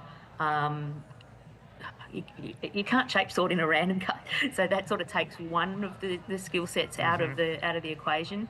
But it does come back, particularly with the random cuts, to a lot of let me look for this piece for this place. I've got this funny angle. Let me see if I can find that. And that seems to be, you feel like you're progressing a little bit more when you're doing that. You do struggle with that then if you'd split the boards. I noticed I'm not sure which team it was now, but one of the teams there had actually split the boards, and I think Jimmy brought it to the attention on the live stream. Then it makes it hard to go, I'm just looking for this piece, this gap that's right here next to me. Is it on my board? No, now I've got to look to the other board. So that can be a challenge, particularly with a random cut if you're looking piece for place. I feel like with a team's puzzle, especially in an environment like this, you can get really sort of adrenalized, you can get really excited, and I can't tell if that is an advantage or a disadvantage. Like when you get really hyped up or just kind of caught up in the moment, is that a thing that in general you want to ride in through the puzzle, or is that a thing that you want to kind of counteract and relax and hit your zone and get into the sort of repeatable patterns that you've been practicing? No, I think you ride it for a little while, and then because it will give you some pace, and then once you settle into the puzzle, you will actually lose that, and sometimes you need to get that back again, and that's where it is the team leader like Ree to go, come on guys, let's up the game a bit. She'll pick up that we're sort of slowing a bit. That gets the heart rate going again. You're up and you're about, and you're hyper focused, I suppose, when that adrenaline kicks in. There is also that risk, that you're staring at pieces and you can't see it. So the ability to be able to go from hyper focused on a piece to actually pulling back and just sort of having a really soft gaze over all the pieces to see the one that you want. So in and out, I think is the trick to that. It's interesting. I have not really thought of the role of a sort of team leader, team captain, a strategist, or whatever you might call them, as being as vital and complex as you're providing. So as per usual, Katrina providing a huge amount of information, but it's interesting that all the things that you're putting onto Ree's shoulders as like figure out what the strategy is, figure out what the allocation of projects are, be the team cheerleader. That's a lot of responsibility for a single role. It is, and some people might look at what, the little building that Ree does, but that does not discredit the role that she plays in the team. She has a massive role in the team. Yeah, I was talking with Jim offline a while ago and saying that it would be interesting to have a competition where you have 4 team members and then a 5th person who can't touch the pieces but does a lot of what you were saying sort of Ree does as an extra moment or an extra input into that, because I think that you're right. There's a lot of value in having somebody who's thinking about all of the parts, who's there to try and get the most out of the team without necessarily having them have the burden of being a person who's got to touch pieces, because not everybody who is really engaged in the concept of puzzling, the strategy of puzzling, the joy of puzzling needs to be touching the pieces to add value. What do you think about something like that? Yeah, look, absolutely. And we, as puzzling is often such an individualized pastime that you do tend to get in your own little head and you're doing your own little thing and you don't sort of realize that, oh, hang on, maybe we needed to move the pieces a little bit closer to somebody else because you're so focused on what you're doing. So having somebody as an overview that's basically going, Katrina, move this stuff down, or whatever the case might be, very important. And it would be fun. It would be just a bit like the rowing, wouldn't it be, with the little person going, row, row. Yeah, the coxswain. Yeah. Yes. Yeah, I'm not into rowing, so I didn't know what it was called. But yeah, exactly. It's sort of like having a coxswain at the end of the table going, do this, do that. Awesome. Katrina, where can people find more about you? Speed Puzzles Australia on Instagram and Facebook, or Katrina Coleman Puzzler on Facebook. You'll find me. Excellent. Katrina, thank you so much for joining us and providing some expert insight as to what's going on here. It's been extremely enlightening as usual. It's been my absolute pleasure. Anytime. Thanks, guys. Yeah, thank you. Thanks so much. Bye. While we were talking to Katrina, we do have 16 finishers overall. The top 20 still available here. We know that several other teams are coming into that center area. That zone of duplication down in the middle here is really difficult, especially in teams where you have multiple people looking at it at the exact same time. You can also see that there's a little bit of a split here where some pieces are at the top and then some are at the bottom. If they're sorted well, that can only be a useful tool for a whole team. There are some gaps in those upper towers, maybe a little bit of blue background that can be handy, but this is not the easy part of the puzzle here. I know a lot of folks got excited initially, shot out of that cannon, made a bunch of progress, and then they hit that wall of the center here. I want to welcome up to the table the We're Not a Flock of Geese team, which first of all, I want to have you start explaining to me why you're not a flock of geese. You seem to perform better than I would expect a flock of geese to do. But first of all, congratulations on your third place finishing here. So tell us a little bit about the team name, and then I'd love to hear what you guys think about the puzzle. That's all you have. Yeah. And why don't you tell us who you are when you speak? I'm Allie Arundel from Oahu, Hawaii. And we chose the name because one fun fact we found out about geese is that they don't have any true leaders. So oftentimes when someone will take the leadership role, and when the lead goose gets tired, they fall back and another takes its place. So we thought that was such a cool way within our team to kind of show how we puzzle as a team. It's interesting because we were just talking to Katrina Coleman of the Aussie All-Stars, and she was talking about really an inverted scenario where they have Rihanna as their primary person who really doles out the work and does the cheerleading and is the main leader throughout the whole thing. So you guys have an inverted sort of strategy for that, which, as we are always talking about, there's a large number of strategies that work. And so it's interesting just to see that you guys have brought a different approach entirely to a different team who's also successful. Yeah. Yeah, so what did you guys think of this puzzle?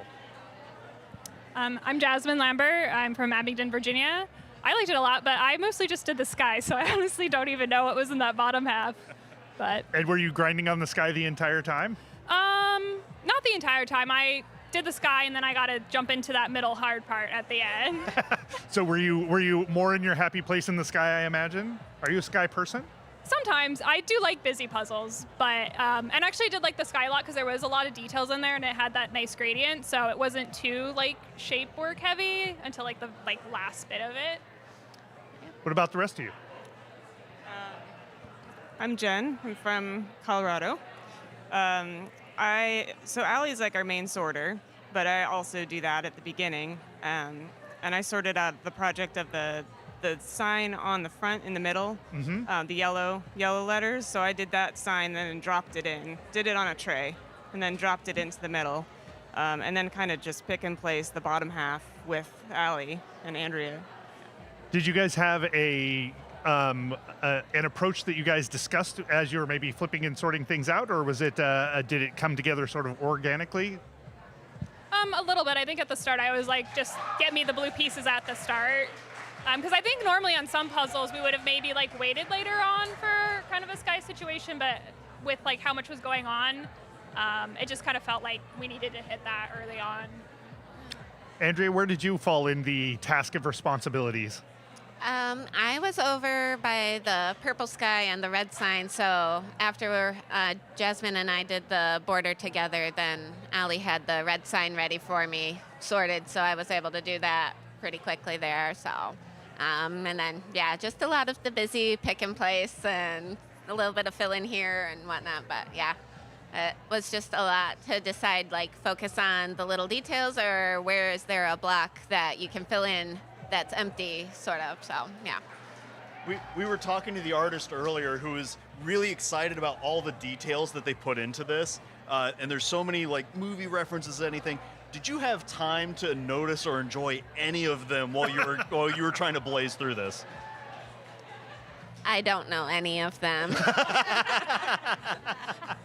Not a cinephile, not into movies or anything like that? Okay. No, I mean, Jen and I were looking at the box at the end and picking and finding all the different movies, so. But during the course of assembly, it's just all going past. You're really just concentrating on bringing the individual pieces where they go. What's on them is less relevant. Kind of. Like, where does this face go? Whose face is this? Whose arm is this? Now, is this the kind of puzzle that you would then come back and take another pass at, maybe on your own, maybe slower? Or I see Andrea's making a face. Tell us what your face is saying.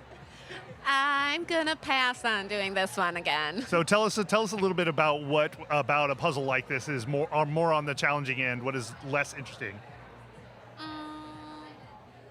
I don't know. I'm more like flowers and pretty things or cute things, and I'm not that big into many movies, so I was just like, meh. Did it resonate with any of the rest of you, or are you all sort of like, we did it, we got through it, that's great, ready to move on?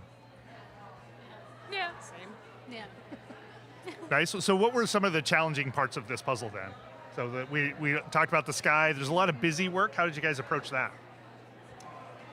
I mean, you guys did the busy section. I did the sky, so. Yeah. I feel like the bottom portion wasn't too bad because like they were closer, so it was easier to tell and see the details on the pieces.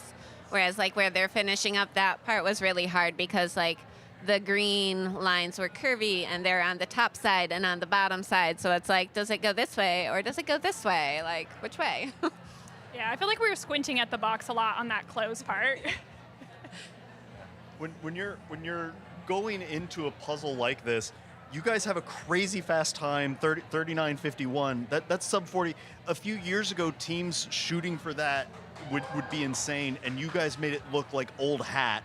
Like, were you stressed while you were puzzling? Like, what did it feel like on the table as you were going through it? We actually were saying afterwards, it didn't feel that fast. It looked fast. How, okay, time dilation wizards over here. How did that not possibly feel fast? Probably because the two practice puzzles we did yesterday were like 35, 37. Wait, 35? So. How? Like that's just mind blowing to me. That this felt in any way slow to you. Like what were you noticing that might have given that indication? I will say for me in particular, I think part of it is I've been doing a lot of speed running. And so like my current speed run is under 20 minutes. Good gravy. So, and that was like a weird thing I've noticed from the speed run is it makes it feel like sub 40 puzzles aren't as fast as they used to be. Which is a crazy way to feel. Because it is a very fast time, especially like in solos and stuff, but you're like, Oh, I could have knocked this, like if I'd done this 100 more times, I could knock this out in like 20 minutes. yeah. Yeah, so do you find that doing speedrun is helpful at all in your regular puzzling, or is it actually counterproductive in some ways? No, I've found it personally really, really helpful. And like I said, and I think it's actually helped with the fast puzzles because my brain feels like it has more time to think on those really fast times than it used to. Because it used to be like trying to get a sub 40 was like really hectic feeling. You're just like crazy and all over the place. And now it feels like I have room to breathe. And I honestly feel like when I have some sort of speed run going, even if it's not like the yearly one, I just feel faster. Because it's just consistently like doing something and working on that like physical aspect of it. So I understand now why Jasmine thought this was slow. What about the rest of you guys? What's your excuse? Was it just a lot of complicated work that made it feel like it was tedious? So I know there's like, for me as the sorter, there was huge sections to sort. So once I gave those projects, I'm like, everybody has about 10 minutes left on their project. So what the heck do I do? What do I do? So I, who am not a pick and place person at all, started placing some pieces. So, but yeah, and then at the end, I knew we were all kind of going to finish on that center part. And there was nothing really to do from my end to because I couldn't see those details that they were seeing as they were building. So yeah, just bigger sections, not as much to divvy out in smaller ways. Andrea, Jen, any time dilation for you? Yeah, I was just going to say, because of the division of labor, basically, and I was kind of working on chunks at a time, like the brown building on the right, and then the dark pieces on the bottom. So it wasn't like looking at the whole puzzle at once. It was just little things here. Okay, that's done. What's next? Because Allie was like, here's a pile of this, here's a pile of that, and so it doesn't feel hectic because it's laid out pretty well. Nice. All right, anybody you want to shout out while you're up here before we let you go? We both have partners named Jared. So that's Jared easy. and Jared. Yep, Jared and Jared. We love you. Nice job, Jared. My husband Josh taking care of our 5 children in Michigan, so he's being amazing. And then my husband Jesse and the 2 kids that he's taking care of makes it possible for us to travel and do these things. So. The husband's getting some credit here today. Yeah. All the gay husbands. Congratulations on your 3rd place. Well done. Thank Really, you. that was absolutely phenomenal. Like if that was us mere mortals can only imagine what it's like to go that fast. You all should be really proud of yourselves. That was amazing, and I'm just excited for you guys and where it's headed. It's really Thank you. Thank you. wow. That's that was. We're not just a flock of geese. Jasmine Lambert, Allie Arundel, Andrea Hyaston, and Jennifer Sipple doing a fantastic job on a puzzle that has so many different elements in it, and the fact that they were rotating through who was working on different projects just shows the level of flexibility that they needed to be successful, and they crushed it. Yeah, it was really interesting, like I said, to see the contrast between how Katrina described how the Aussie All-Stars work and how literally we're not just a flock of geese got in their name. Their approach of sort of a non-leadership oriented thing.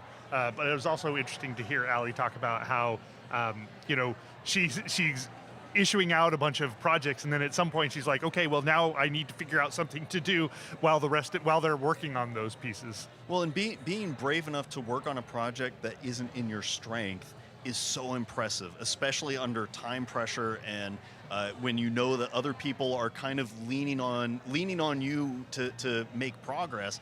That's such a huge talent for anybody to be able to do intentionally, and I hope a lot of other teams kind of hear that and take it with them, that it's okay to work on things that you may not feel comfortable with because it's still moving the lines forward.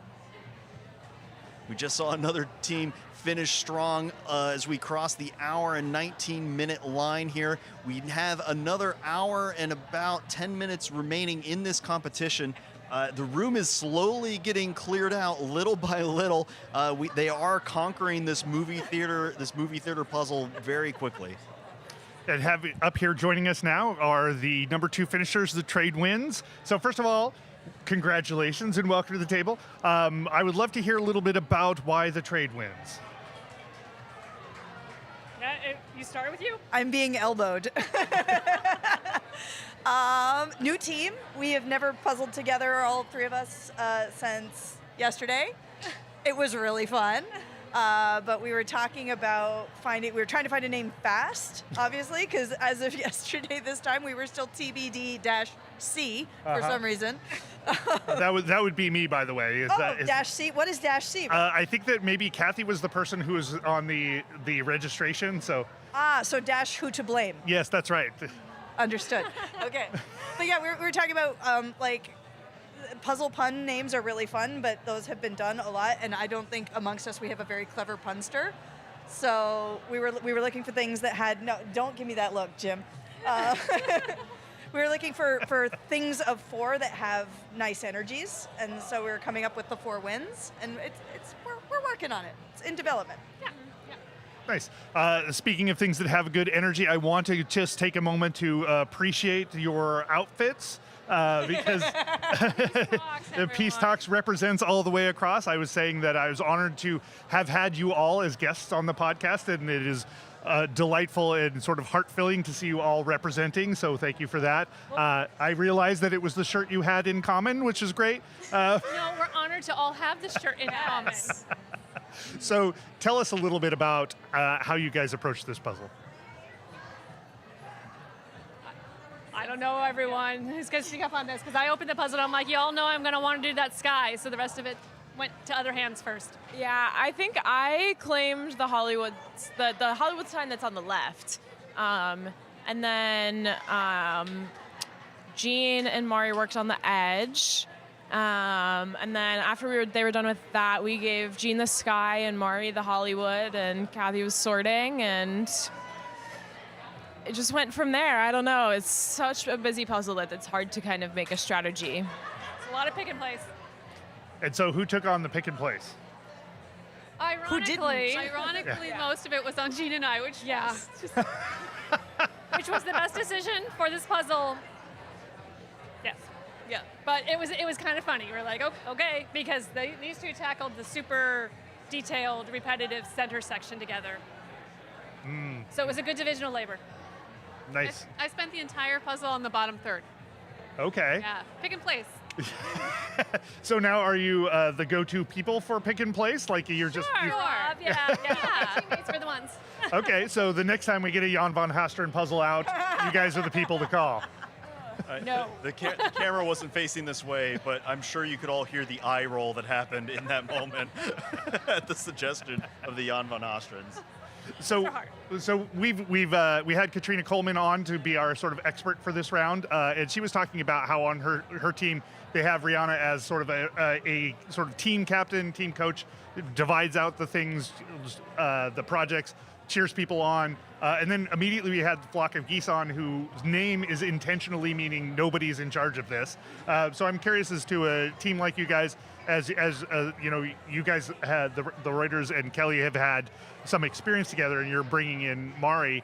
Like, is there a sense of like somebody is the project person, somebody is the person who's looking at the broader strategy of things, or is it just everybody dives in and communication makes things work? Communication makes things work. Yeah, it's really just a dive in. We all called out initially what we wanted to start with, and thankfully nobody really overlapped, except I think there was a little bit of a gradient at the start, but they worked it out. And yeah, so it was own yourself and just keep communicating and trust in the others. Yeah. Would you say maybe you were floating on the trade winds? Well done, Jim. One could say that. I gotta ask an actual question now. Well, tell us a little bit about. We were talking to the artist earlier, and I know I asked one of the other teams this. There are so many little details in here. Were you noticing any of the like movie references or anything like that, or did that only happen after the puzzle was done? No, Kelly called it out early. I think when we were still flipping, you're like, these are movie references. Oh, that was Mari. I was not. Ha! It was me. I suddenly knew movies. All right, I was going to say, so let's just take a quick beat here as a tangent and explain why that's interesting, Mari. I heard Jim directing that question, and you didn't think that was going to be the answer. Well, I mean, I can just say that yesterday Mari and I were doing a puzzle, and I noted, oh, there's like a kid wearing a SpongeBob costume because we did the Halloween Pairs from last year. And then a couple minutes later, Mari goes, oh, there's a kid in a cheese costume. I'm like, oh, you mean the SpongeBob? I very famously do not have pop culture references at all, but Jim has been personally shouldering the gap in my movie knowledge for a very long time, so you'll be very pleased that not only did I say it was movies, I said it was animals dressed up as movies, and I saw The Wizard of Oz, and I saw Batman, and I saw Indiana Jones. Thank you very much. You owe me pizza. Congratulations, I'm very proud. And I called it King Kong, not Big Monkey. It was great. But yeah, I think I noticed a lot of details in the sections that I was working on because you use the details in something like this. I couldn't tell you stuff about Territory Reuter down there because you guys just chewed up the front. I saw nothing below the center Hollywood sign, but there's lots to notice. It's very fun. I didn't know all the movie references, but I did know some of them. Yeah. Should we have called him Big Monkey after all? I think that would have been more fun. Maybe next time. So how was then your kind of first run at being a team? Like you guys had a chance to practice, what, last night or something like that, and that was about it. So how'd it go? I feel like we just went right in. Yeah, I had a lot of fun. Yeah. It was fun. How is it from your perspective, Mari? Because you're As the new kid? Yeah, you're the new kid. Been spending my every waking second since I became a speed puzzler working to get on a team like this. It's pretty cool. So I tried to keep the drool in my mouth and do my job. And you guys are just so amazing because there's so much power. It's so much power. But it's very graceful. Like there's some power puzzlers who like have a bombastic approach, but you guys are all very light and there's a lot of weaving in and out, and it's really fabulous. It feels so fun. Well, on that note, anybody you guys want to shout out before we let you go? Shout out to this crew and everybody here. You guys put on a really spectacular event again this year. Yeah. Thank you so much. Awesome. Oregon JPA and the Washington JPA, who are new this year. So if you're in the area, if you're in those states, check them out. They're online and on socials. Awesome. Well, congratulations and good luck for the rest of the weekend. Thank you. Congrats. That was the trade wins with Kathy Reuter, Mari Black, Jean Reuter, and Kelly Walter. What a team. What a team. And really a fantastic time on a tricky puzzle. I know they don't necessarily have busy specialists, and the fact that they were able to keep this under the 34-minute line with that is wild. Yeah, notoriously anti-busy specialists. Indeed. Any idea how we're doing in terms of the overall competition? I'm taking a quick look at things. We've had 31 finishers so far. We do have a total of 53 teams in this round. So we're over halfway. We're over halfway there. As the great warrior poet John Bon Jovi might say, we're living on a prayer. We might be able to get this done. We have about an hour and 2 minutes remaining in the competition. Looking around the room, I do see several teams that are getting really close to finishing. I think we're at that apex of the bell curve of finishers. So the judges and the camera crew are popping around trying to make sure they're catching who they can. But this is really exciting. Yeah, I'm seeing a number of folks who pace more like I pace, and they're finished. So that is a good indication that we're moving along pretty quickly as far as this puzzle is concerned.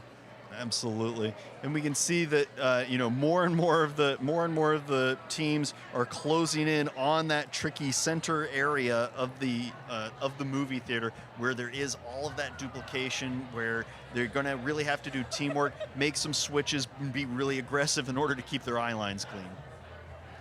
All right, and that giggling you hear in the background is the team Oops All Yarn joining us here at the table. Hey guys, congratulations. Hello. So remind us again why Oops All Yarn. And I love that you're decked in head to toe in it. Okay. All right, Chloe, tell us.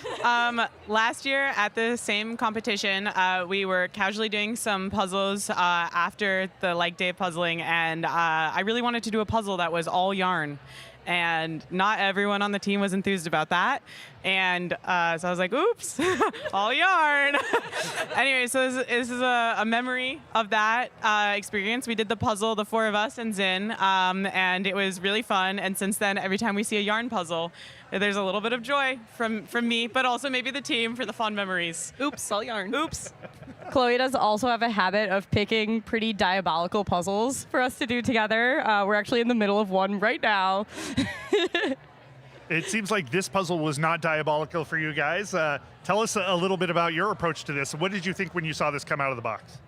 We were pretty excited because it had a bit of something for everyone. Like, we are pretty well aware of each other's strengths at this point because we've puzzled together quite a bit. And we could see there were some sky sections, which are a little bit less busy. We had some busy components. We had some words. And then there was kind of something for everyone to be working on, something that was really in their wheelhouse. And we, I think, moved through it really pretty seamlessly. I know you were saying, Caitlin, that the coordination and teamwork that we did today was kind of I think this is one of our best competition performances that we've ever had from feeling as a team. It was, as a feeling from a spectator, it was pretty amazing. I think it's the combination of not being as tired at nationals or the bigger competitions and it only being one puzzle. But it didn't feel like we were making mistakes. It felt like we were just actually doing all the sections that work to our strengths and at the right times and like switching sections and that kind of thing. It felt really good. I know that a lot of world-class puzzlers think of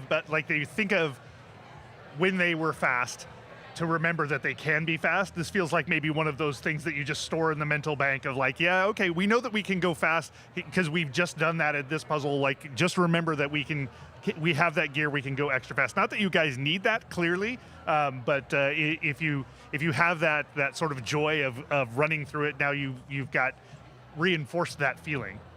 I think it's more of like being able to keep a cool head and making good strategic decisions than it really is even like the feeling of fast, like individually. Like, I think that some of the things we did well here are things that we've been trying to practice and remember, because like when you're in the competition under pressure, like one of the things we've been practicing is making sure we pass trays like on the table. We had a couple catastrophes recently where we've like gone around each other and knocked everything off of the trays. So like, I think a lot of it was like taking everything we do in practice when we are calm and making good decisions and able to like feel really comfortable and like doing it here under pressure. Yeah. Yep. I'm really curious. I want to follow up on that because in this competition, there's music, there are cameras, there are goofballs up here talking about you the whole time. You have puzzlers all around you. How do you, as a unit, stay calm with all of that whirlwind going around you? This was actually way easier than nationals for us. We couldn't hear you guys talking, which was honestly really helpful. I was spurred on. We did hear someone go, "Oh, they're not very close to finishing," and I was like, "All right, well, I'll go faster then." So I was pretty outraged. I told the whole team, I was like, "We have to go faster." They don't believe in us. I don't even know who it was. The atmosphere was very helpful in Yeah. a way, and then that was also part of our team name change, was just we want this to be more fun. Yeah. Like, we really wanted to take the pressure off and just like actually have a really good time. Yeah. And it had helped. It had to have helped. Yeah. Our mentality. And I think the music playing is actually calming in a way because it's like it keeps the atmosphere light. I think the like very quiet silence of like like individuals or something, like it becomes very spooky then when there is any noise. I'm like, what was that? What was that? So to have an environment like this where it's just kind of like ambient noise almost, not so bad. And also we practice like in a pretty noisy neighborhood with the windows open sometimes. So, And to music the last time we puzzled together, because we were like, well, we have to prepare. We have to be having a really good time with music. I love how thorough you guys are. You guys are so thorough that you put on music. Yeah. It was fun. First of all, I only just realized the amazing craft work that went into your shirts. I don't know if you can quite see them. Yeah, thank you, Sky. So there's a shirt with some fantastic, I'm going to say painter's tape that we have changed some other label. I don't know what it We don't know what that could be. Into Oops All Yarn.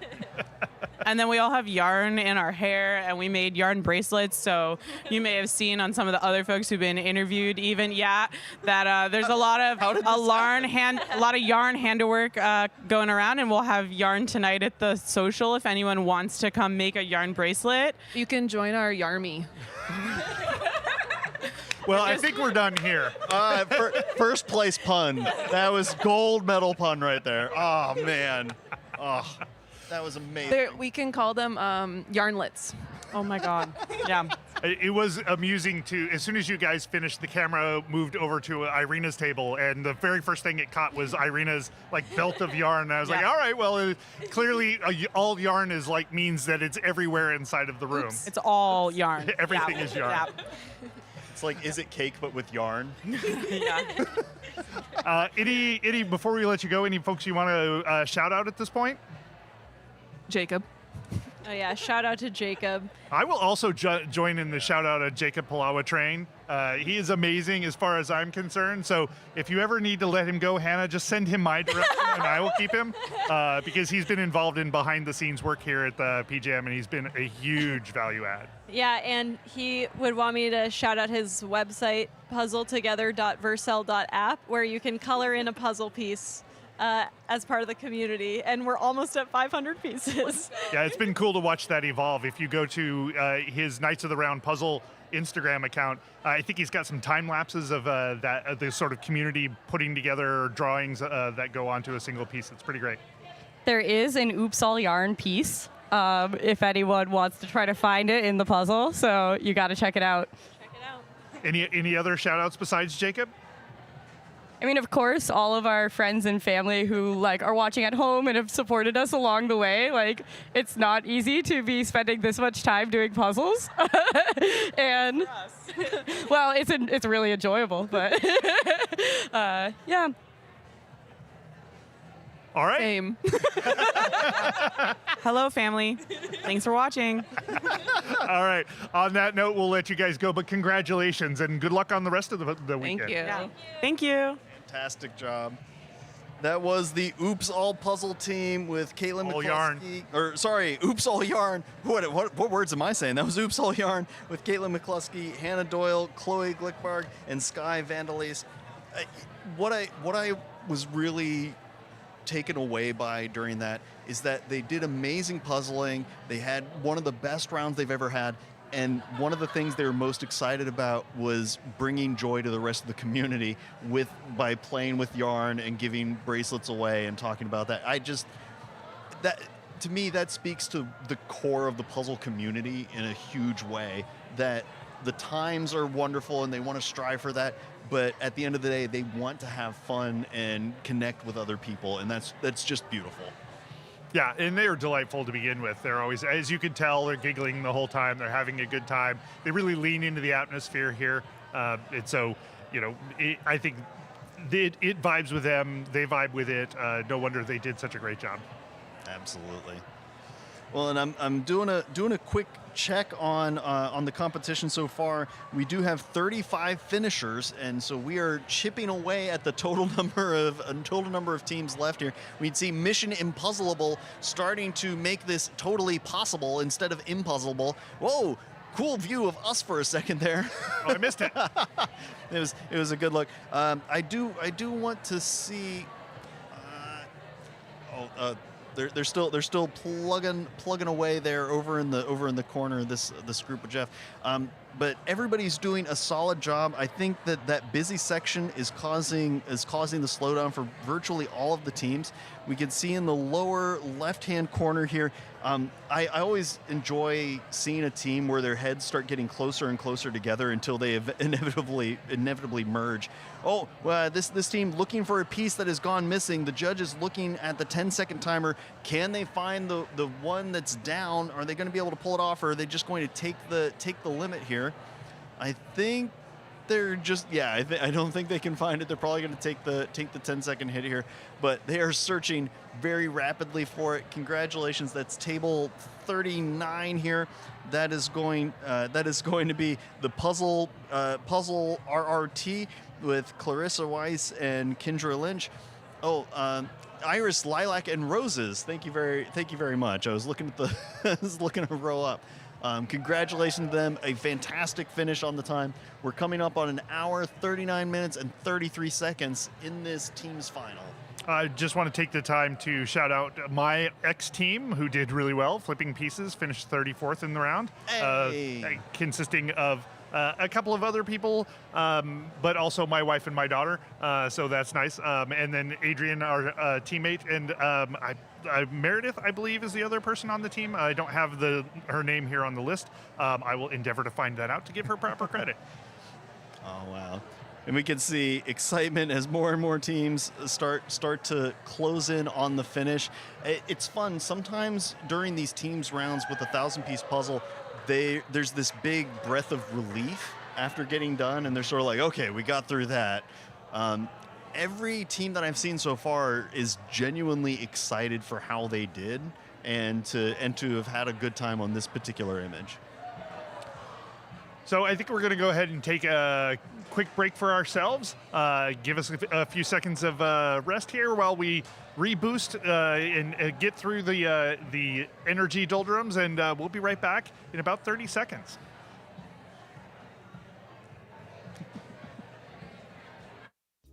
Hey everyone, Jordan here from Puzzlery. We started on this journey because finding a truly personal gift was absolutely harder than it should be.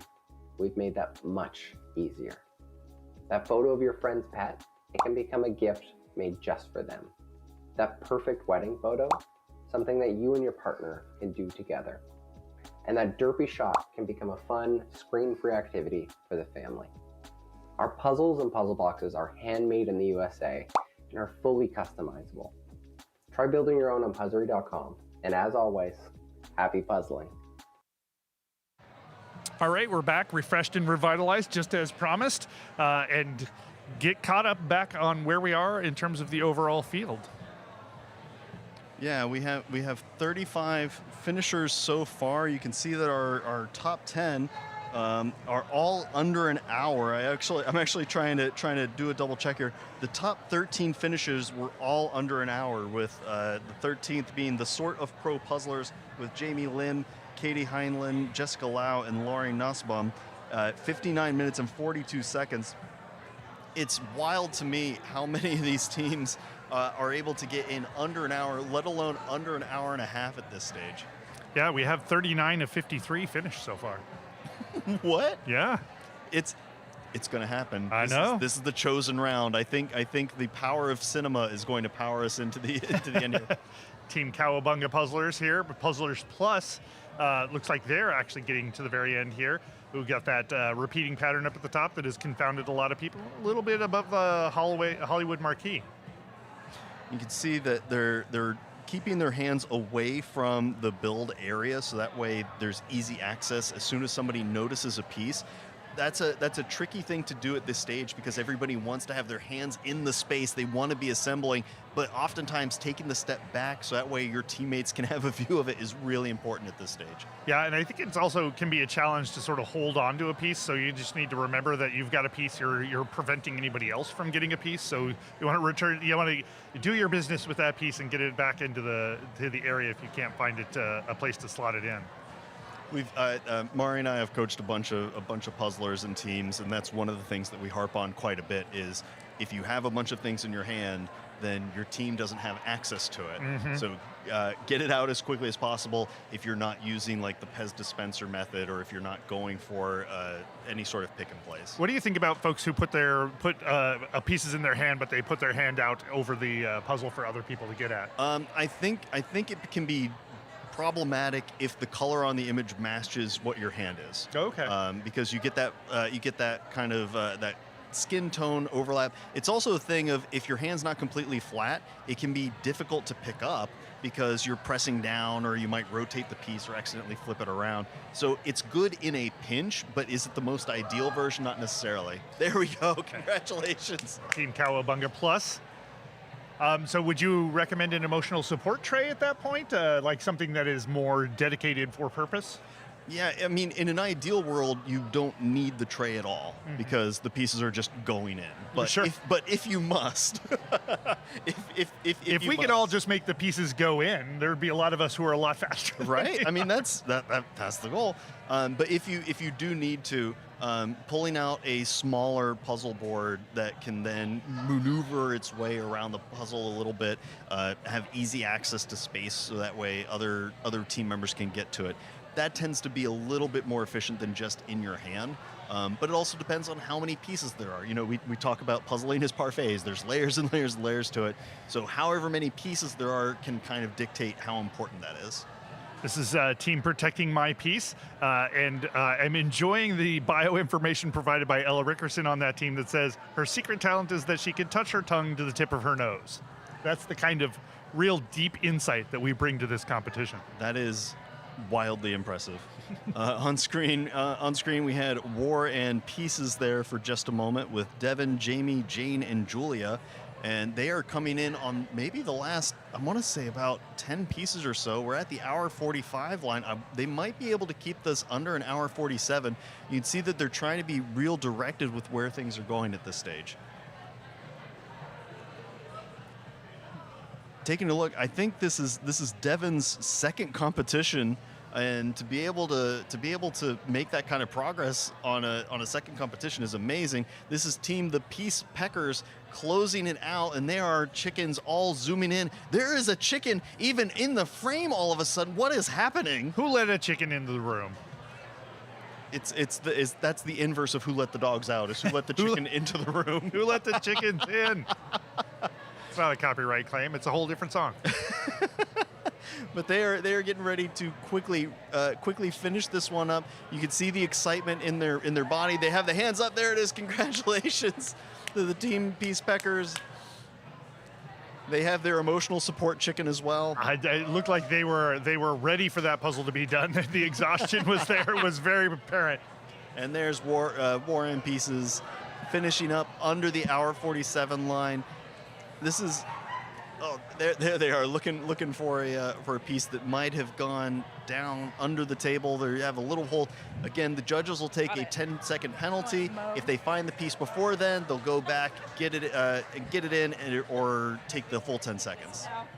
All right, joining us at the table is Team Mo Fasta Mo Betta. Why don't you go down and introduce yourselves real quick? I'm Diana. I'm Maya. I'm Kendall. And I'm Martina. And how did you guys come together as a team? We puzzle together sometimes on Tuesday nights here in Portland. Here in Portland, yeah. And is this the team name that you usually use, or is you just... No. It's our first time as a team. Yes. Well, yes, in a serious competition. Oh, sorry. Oh, that's it. No, so this you was... were talking, so you have to take the microphone. This, That's the way it works. This was me trying to come up with a good team name, and I remembered a company called Mo Hada Mo Betta. So we're Mo Fasta Mo Betta. So tell us a little bit about your approach to this puzzle. What did you think when it came out of the bag? Is this a puzzle that speaks to your guys' skills? I love that it's a local puzzle with the Hollywood Theater and all the little activities going on. I think it's a great puzzle for the teens. So what did you specifically like about it? Like, you liked it sort of thematically, but was there a part mechanically that spoke to you? Were you like, I definitely want to do this? Well, where I was sitting, I was in front of the Hollywood sign, so I got all of the Hollywood pieces. Okay. What about the rest of you? I did the border. Uh-huh. Are you the designated border doer? Sometimes. Yeah, a lot of times. Yes, pretty much. All of the time. Kendall is a great sorter, so she did that for us. I just tried. Yeah. How was trying? We finished, so that's good. It sounds like a successful try. I tried. We tried and I did. I mean, as long as you keep on trying, that's actually a pretty good success for getting the puzzle done. Yeah. I would even argue that you did better than try. You just did, right? Do or do not. There is no try, and you just did the puzzle. It's kind of funny because I focused mostly on the top of the building, like the gray areas, and it wasn't until after we were done that I was like, oh, it's the Hollywood Theater. Oh, these are like movie characters. I was just looking at the building the entire time, so it was so fun to see the actual finished picture. It is amazing when you get really into a puzzle and you're focused on the thing, and especially when a puzzle like this, which feels very parsable, like out to a bunch of different people, you're working on your own little section, and you're like, I nailed that section. I don't know what this puzzle's about. And then you step back and you look into, and everybody has that epiphany of like, oh, this is how this all goes together. Yes. Well, I didn't realize until afterwards that apparently these girls were saying that it looks like all these people are from different movies. Yeah. Well, I'm just realizing that right now. They're all animal movie references. We had the artist come up, and she was talking about the inspiration for this and the work that she did to try and find the right animal combination to represent a movie. I'm curious what the pizza guy's for. Is that from a different movie or the pizza place next door to the Hollywood Theater? It's probably from a movie. I'm going to guess that like part of the joy of this particular puzzle, if you want to take another stab at it, there's a lot of information to discover. She said there were a ton of Easter eggs in there as well. So if you're a movie person, I'm guessing there's a lot to find. Are any of you movie people? Unfortunately, no. Not classic movies like this, really. My husband is, and he's actually a member of the Hollywood Theater. Oh, excellent. Yeah. So then if you're not a movie aficionado, what should be on here that you would be like, yes, now that is a puzzle I will spend a lot of time looking at the references for? I would not spend a lot of time looking on the references of any puzzle. No, not even other puzzles? No. Is a meta puzzle? I put it together and I'm like, oh, that was fun. Okay, I'm done. The instantaneous zen is bananas to me. I mean, the House of Moods from watching her stuff from yesterday, like she had a lot of fun collages like that were music themed, like Taylor Swift, and I was like, oh, that would be fun to put together. But otherwise, I'm not a collage gal. Not my thing. What kind of puzzles are you more into? I like landscapes. I feel like I might be like the only person who We've had a lot of requests for landscapes, so Really? yeah. So I think you're in good company. Yeah, I'd have to find a new team, I guess. As soon as I see grass or sky, Oh, I want love nothing sky. to do with it. I love sky. So I mean- very much an indoor cat. But but you got to have people who love grass and sky, and you got to have people who love gradients, and so like it's great that you have a desire. If you could just carve that out in any way, did any of this puzzle scratch that itch for you, or was it all like nothing? I mean, there was a bit of sky It's gradient-ish, like that I did. Yeah, That's what we're learning. You were there. I was there. I tried. You did things. You tried. So, did this over the course of doing this puzzle? It took you? You were like an hour and a half ish for this. Hour one? 24. Hour 24. So, how did you feel in terms of the amount of time that went into this puzzle? Like, is that a good time for you guys? Was it particularly fast, or? I think the goal was to finish it. Oh, you nailed To be that. honest, Yeah. so I feel like yes. With time to spare. Yes. Yeah. This morning I was celebrating. We made it to team finals. That's right. If only it was that easy all the time. This might sound kind of odd. What does it feel like to be on a team with an international samba champion? They don't really know the story. So you're trying to keep it on the down low. I apologize for outing you like that. I like she keeps it on the down low by putting it in her bio. Don't tell anybody on my team, but everybody else. So I was on a cruise that had a Dancing with the Stars competition, and I ended up dancing the samba for the first time ever in the competition on the cruise, and I won. Oh my God! And then this was a New Zealand-Australia cruise, and we got off the boat in Sydney, and a bunch of people from the cruise went to Sydney Opera House. And so all these people were coming by saying, "Oh, I loved your dancing." That's amazing. I didn't know we were in the presence of a star. I know she's really just been blessing you guys with her presence, and you didn't even know. Most people have to pay for this experience. Let's see some samba. No, I'm just kidding. Yeah, I did it, and then I forgot it. So, how have you guys been enjoying the Portland Jigsaw Masters this year? So, it's been great. So fun. Yeah. Love it.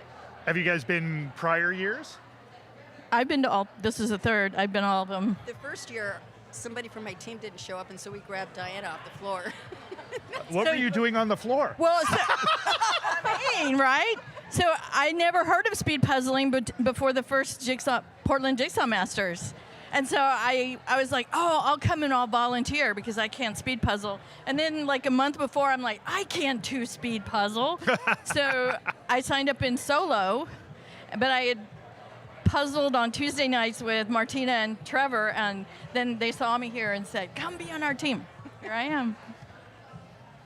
This puzzle went much better than that. Yeah, we had the flamingo lady. Okay. That was an impossible puzzle. Oh, yeah. I blocked that one out of my memory. Thanks for unclogging that. That's going to haunt me for a little There while. was a blissful moment where you didn't recognize that puzzle at all. You're No, like, I was like, oh, that's great. There's lots of puzzles I don't know and then I was like, oh, yeah, I remember that puzzle. All right, any other trauma you want to unleash on me before we let you go? No. Anybody you want to shout out to while you're up here? Friends, family, people. Enemies. Yeah, enemies. My mom has been trying to watch the live stream all weekend, so hopefully she's out there. Hi, Diana's mom. Hi, Diana's mom. Yeah. Shout out Justin Bieber. Shout out to my husband who didn't come. Sorry, your husband? Who didn't come? Oh. Yeah. Okay. Well, you guys seem like you'd be a lot of fun to puzzle with, so I appreciate you coming up and spending some time with us. Thanks so much. Thank you. Yeah, good luck for the rest of the weekend.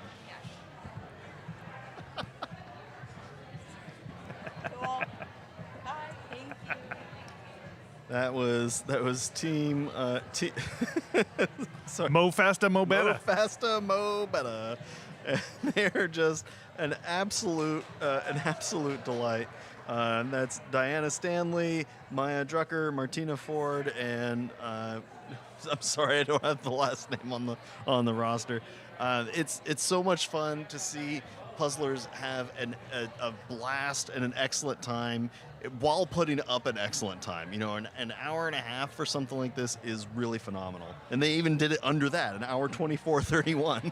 Yeah, and it's a good reminder because we often bring up, all puzzle competitions often bring up the winners, the top three folks, and they're often having a good time, but they're also very focused. They've put huge amounts of time into developing the skills they have, and it's good to see other folks who come up and are also working hard on this. But their primary goal is to have a good time and finish. And mission accomplished. Like, it is a good reminder, as we've talked about earlier this weekend, that the love of puzzling has to stay in your brain in order for you to do well. We've talked to a couple of people, and I've talked to a couple of people on the podcast, where the love of puzzling falls away, and that really does it makes it such that the joy of doing something like this, it becomes work.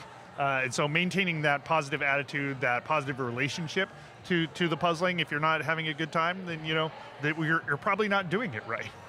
Absolutely. At the end of the day, this is supposed to be fun, and I'm looking at somebody in a chicken outfit. This is definitely fun here at the Portland Jigsaw Masters. We are coming up on the hour 57 and 20-second line, and I'm looking at the results. We have at least 48 finishers so far. 49. 49. Gee, maybe if I say the number again, another team will come in. We have 49 finishers. 49. Okay, it was worth a shot. Well, we've had 49 finishers so far, and 53 teams all together. So if my math is okay, that means we have 4 teams remaining, and we have at least one more getting ready to wrap that up in the next few seconds. Can they keep this under the 158 line? There's 7 seconds remaining, and I think about 7 pieces. It's going to cut it a little too tight. Those pieces are spread out throughout the whole top and bottom, that middle section, that duplication being a bit of a trap for them. But look at their hands. They are excited. They know that the end is in sight. They are going to be able to finish this movie theater puzzle and then move on to more social puzzling at the Hyatt later on. They are 1 piece away from being able to finish this up. It is in the hand. They got to put it in. They're trying to pick it up. Where is it going to land? They're trying to figure out where it is. Put it in. You can do it. We believe in you. No, hold on for a minute, because Jim's pitch keeps going up. I might. There we go. There it is. And I know that they can't hear me because I'm right next to them. So as they were saying that, that's the very example of having environmental hazards while puzzling. That's right. So I believe that was the Edgelords, which brings us up to Team 50, which brings us to 3 teams left. So I looking around the room trying to find the teams. I don't see a team in motion currently.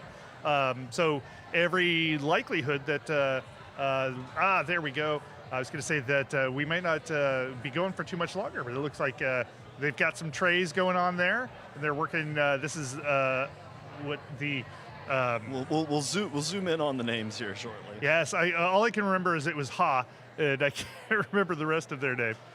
I think it's Ha. I found a piece. Yes, that was the pair's name.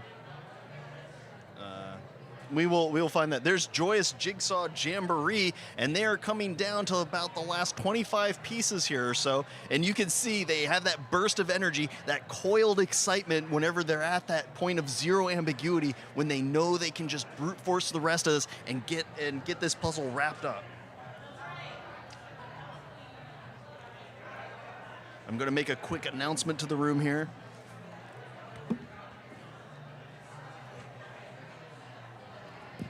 All right, puzzlers, we have a half hour remaining in this team's competition. You are doing wonderful. Keep on puzzling. We're rooting for you.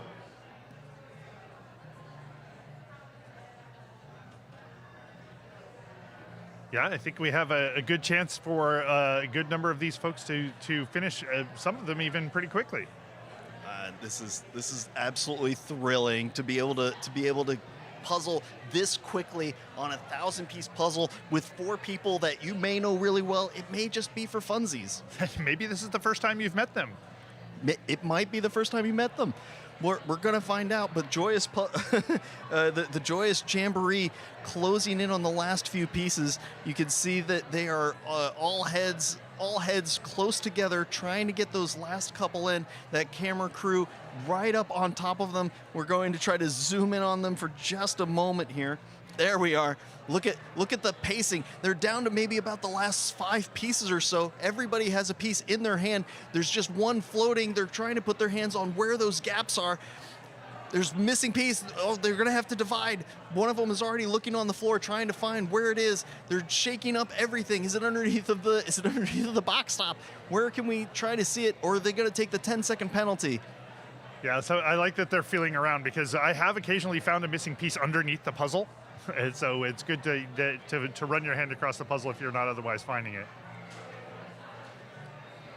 They're looking around. I think they're going to find it. I do appreciate Natalie putting the name tag where we can easily see it from the camera. Appreciate that. Also, McKenna Arnold from that team, and as they get the last piece in, and enjoys movie and IP-based images. So there we go, movie related. We'll see if it quite qualifies for her, what she's looking for or not. I certainly hope so. And this is where I believe folks on this team were also puzzling all the way through in the pairs round. So at this stage, they've been going for almost 4.5 hours. Oh, that's a great point. Straight of puzzling, and that's got to start wearing away at what you're able to see easily. Yeah, I don't think that's interesting, because the team's name says Peace Fight with Leah Robbins. Leah is a local puzzler. Occasionally I've puzzled with her. Not one of the 3 people we're seeing there. So I wonder if she abandoned them. She's not usually the abandonment type.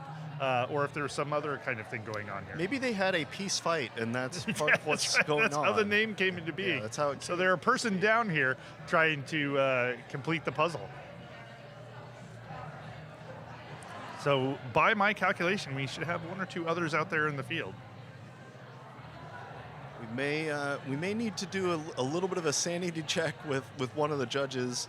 We could have had a team consolidate behind the scenes that we didn't quite catch.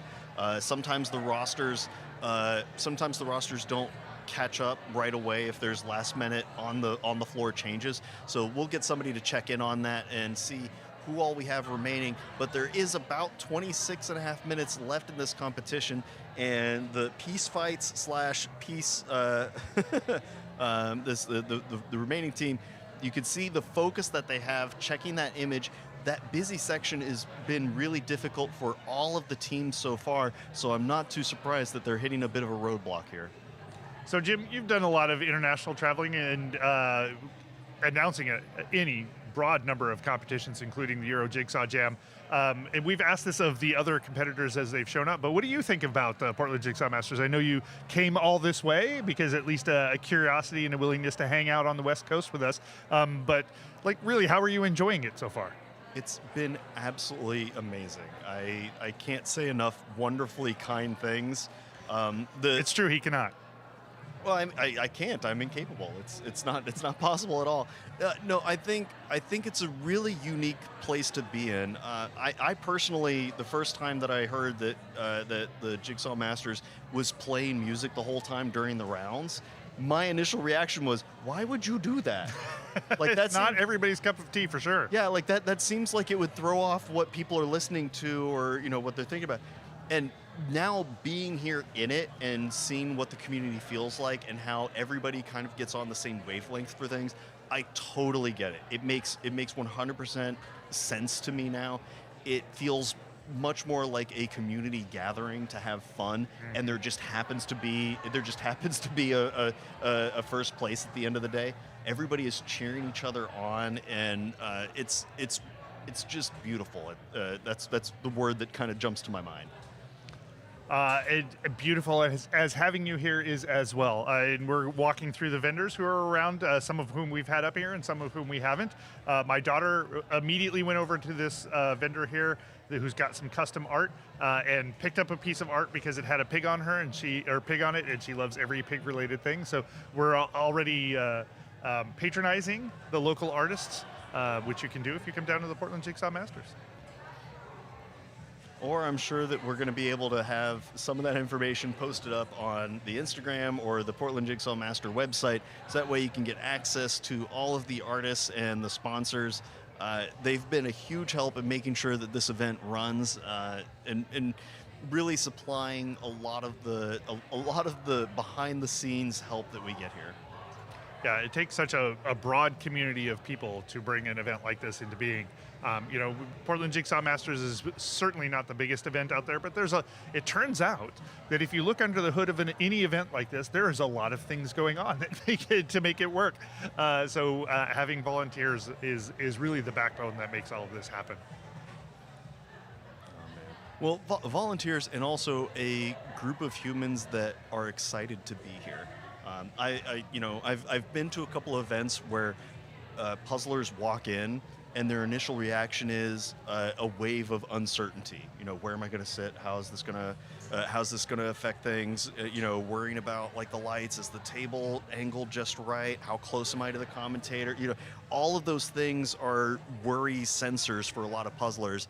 And then here at Portland Jigsaw Masters, baby, you just walk in and you're having a good time right away, and that's where the focus is at. And so the community here is also buoying. It's a reinforcing cycle where people come in excited and then they stay excited and they get more people in this snowball of coziness, as it were. Yeah. So what do you got going on after the Portland Jigsaw Masters? Like I said, you're out and about. You've been out and about almost continuously this last year, I feel like.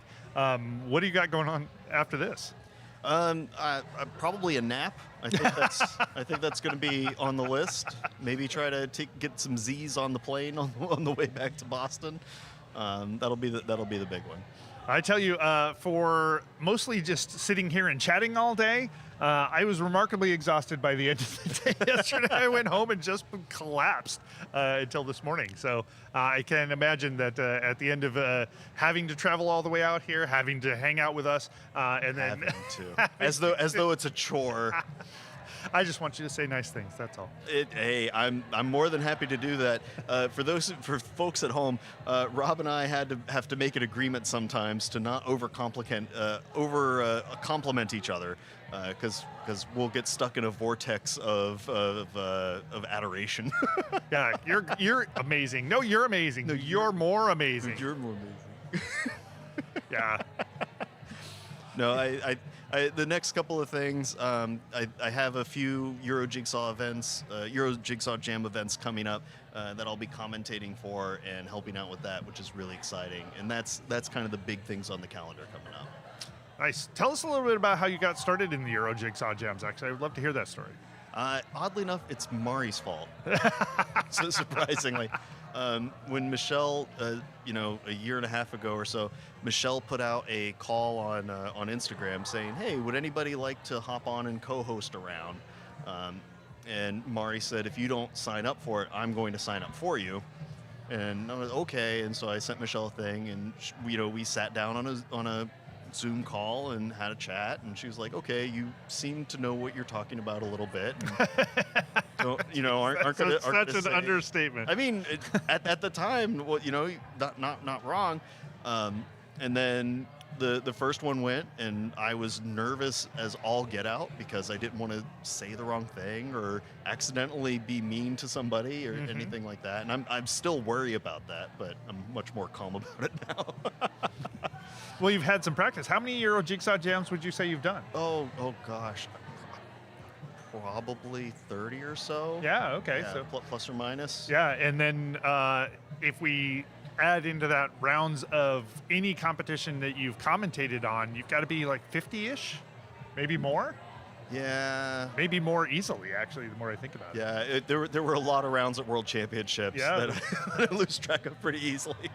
World Championships, there was all of the 6 rounds at World Series. World that Series. adds up really quickly. A couple of rounds at U.S. Nationals for multiple years. Australia, the UK Nationals, we did all the rounds there. I can keep listing things, but no, your pedigree. I mean, you don't have to convince me. I brought you here because I think you're amazing. But what keeps you engaged in the puzzling community? Like that keeps driving you to do all of these events. And I know that the puzzling community is great, but I mean, beyond that, what is it about puzzling that keeps you engaged and wanting to be at these kinds of events? I think it's really beyond the community connections, like you were saying. It's absolutely fascinating to me to see how a sport develops in real time, and to kind of be on the front edge of how these strategies are developing, why things are getting faster, and really trying to understand those mechanics. There's a lot of other sports and games where it's kind of been optimized to a point of it's set in stone, and so there's so many learning opportunities here that I think it's absolutely thrilling. Yeah, I turned and gave you my full attention because I'm mostly ignoring you and just letting you talk in the background. Because I agree entirely, right? One of the great things about competitive jigsaw puzzling is it is a new space. It's a developing space. There's a lot of opportunity to both understand it and to create theory around it and to put that theory into practice, both in terms of like the skill building, which skills to build, equipment, patterns of behavior. We're learning a lot about the turning your hobby into a sport problem, where people get really excited and they just dive in full speed. And I've had on this stream a couple of times and off the stream a couple of times conversations with people about like just rediscovering the love of puzzling. So there is a lot for us collectively as a community to really understand how to make this the kind of event that we want it to be, the kind of sport, the kind of engaged activity that we want it to be, in a way that is both healthy in maintaining the community and healthy in terms of maintaining people's individual excitement about that. Yeah, I think one of the big tensions that puzzling is going to have going forward is how much to lean into hyper competition versus how much to lean into let's just have fun kind of things. I think PJM has found a really cool balanced middle point that I haven't seen at a lot of other events, which is really, really fascinating. Do you feel like now I get to ask you all the questions on the last podcast that I never got to ask you? So welcome to Peace Talks. We got about 10 minutes. We're going to talk about. We have confirmed, by the way, that this is the last team playing, and we'll sort of keep you apprised from time to time as to how they're progressing. But you can see them on the screen. There's a fun shot of us in the upper left-hand corner over here. Wait a minute, Rob. Do you? Oh, for half a second, I was checking to see if you were growing antenna for some. That's all. So, back to the podcast. So tell me, at some point there has long been a conversation in the puzzling community as to people who are, I think that as the Reuters say, there are people who are basically competing for speed, and there's people who are competing for fun. And the speedsters are really going to be focusing on hardcore optimization of technique to the, not detriment, but to just sort of leaving behind the sense of community, the sense of camaraderie, the sense of joy, because it's, in my opinion, not a wrong thing. It's just a different thing. Yeah. As a person who is speaking to, in terms of like coaching, I imagine those people are going to show up on your front door. Are you seeing that dichotomy show up? Yeah. I mean, at a baseline, there tends to be three groups of people that are in puzzling. There's folks that are just for funsies. There are folks that want to win and they want to be the best and they want to shoot for gold, the type A plus kind of folks. And then there's the folks that want to do the fastest they can and have fun while they're doing it. And they treat the competition more as an exam or like a capstone for how much they've developed over time. Right. And that's an interesting crew. Okay, because it's really the class 2 people that I think that we're all thinking about and wondering, like me personally, whether those people are starting to really emerge. You see hints of it out there in the competitive sphere, but we haven't seen really anybody. Obviously, that is the primary thing that they care about. But I can imagine people really bringing a lot of the focus of other kinds of sports into the sport of, and I know some people are going to call me on this because I've said it's not a sport in the past, but the sport of competitive jigsaw puzzling. Things like we've talked about, like repetitive, like intensity, like high intensity versus relaxation. There's a lot of things from esports that carry over into here. I always think about competitive Rubik's cubing as a way probably that this could evolve. So are you seeing a lot of these type 2 puzzlers out there? And is that, in your mind, something to be concerned about, or is that just a different way of approaching things that we'll figure a way of folding in? I think I think it becomes an interesting point for what the organizers are wanting to aim for in terms of how they want the community to grow, because the more events kind of focus on the higher end of competition, and the puzzle picks end up being, okay, we want to trip people up, or we want to make sure that it's geared around the top 10% of folks, and if you're not in that, then you may not finish, and that's okay. Like, where that emphasis ends up sitting is really going to dictate the route that speed puzzling evolution is going to go from here on out. I'm kind of hoping that more events start springing up, so that way it doesn't feel like an exclusion of people at different events, and more of an inclusion of people to events that they want to be in. I see. So the more events that there are out there, the more people can sort of chart the course of their interests without necessarily feeling left out, because there's only one place to have an event. Yeah. Well, and I will say, all the kudos in the world to the USA JPA at the US Nationals this past year. Having this is gonna be weird, having the more serious competition on one side, and then the Cobble Hill Thunderdome right across the street, right across there. I thought that was a brilliant move, because you could have folks that are really interested in hitting goals in different ways in the same space together without causing a lot of friction. I think that was a really cool idea. Yeah, and it was nice to provide an outlet, because a lot of people, like people we've brought up to the stage here, are really intense puzzlers and also really want to have fun in using, like, puzzle is the medium of their joy, right? And so they can express that medium in a bunch of different ways. And so having an outlet that is like strictly competitive and coupled without an outlet that is sort of more joyously community building, it did seem like a great combination. And again, I will echo what you said. Shout out to the USA JPA, as I've done a number of times. I think that this year's event was sort of, as you said earlier, a capstone on the great work that they have done up until this point already. So it was really taking things to the next level. Yeah. Do you think that, like, I've heard groups talking about, what if we had an event that was a really big prize, like, $10,000, $20,000 kind of big prize? So the challenge is that really could change the tenor of how competition shows up to that. So what are your thoughts on something like that?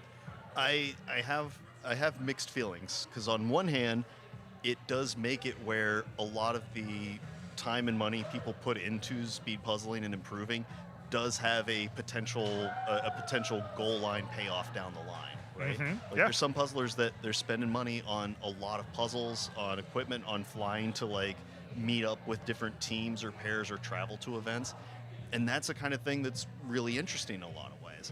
The potential downside is that you end up attracting more people that want to take speed puzzling on a very serious sports route, which isn't bad. It's just a choice to go that way, and you can end up having friction against folks that are more into the community building. And when those two spaces start going in divergent directions, each one can feel like they're fighting against the other rather than with each other.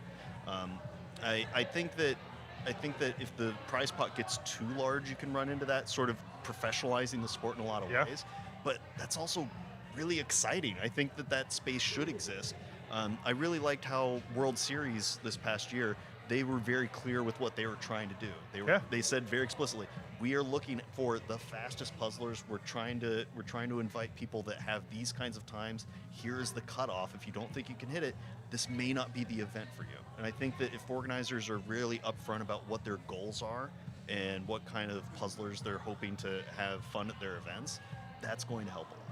Well, so this makes me already more excited than I was about the variety of, at least in the U.S., the Jigsaw Puzzle Associations at the state level. Like we had Aaron and Beatrice come up and talk about the Oregon Jigsaw Puzzle Association.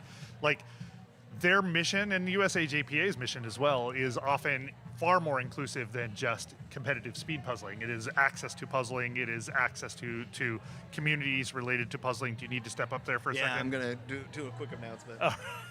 All right. We'll let Jim get his thing off, and then we'll let Jim say his announcement. All right, puzzlers, we have about 9 minutes remaining. We are rooting for you. Get as many pieces in as you can. This is happening. Cheer them on. They're doing excellent.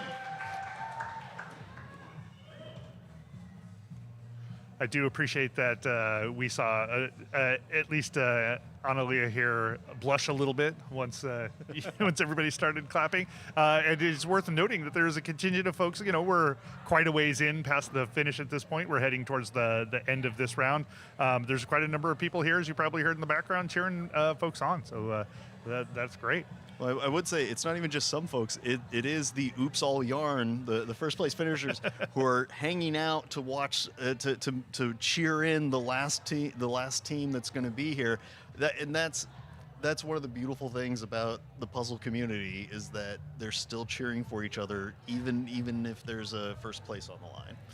The thing I was going to say about the Jigsaw Puzzle Associations at the state level, and probably I imagine this is mirrored in other countries, but at least at the country level in other places, is that it allows for all kinds of events to sort of bloom, right? So all kinds of events to happen, which are like social events, competitions at a smaller level that feed up to competitions at a higher level, but that are focused more in like the community building as well as competition having. And against that, like with that a robust background of that kind of puzzling community, then it can make sense for other things to bloom, right? So now you can make decisions for your earlier point, like do I want to go to like an Oregon JPA, maybe a state level competition, and have the kind of community that we have here, or the kind of community that the USA JPA fosters, or do I want to go to like a really much more professionalized, there are bigger sponsors, there are maybe media obligations, there's actual money on the line, real training, and figure out how to weave that in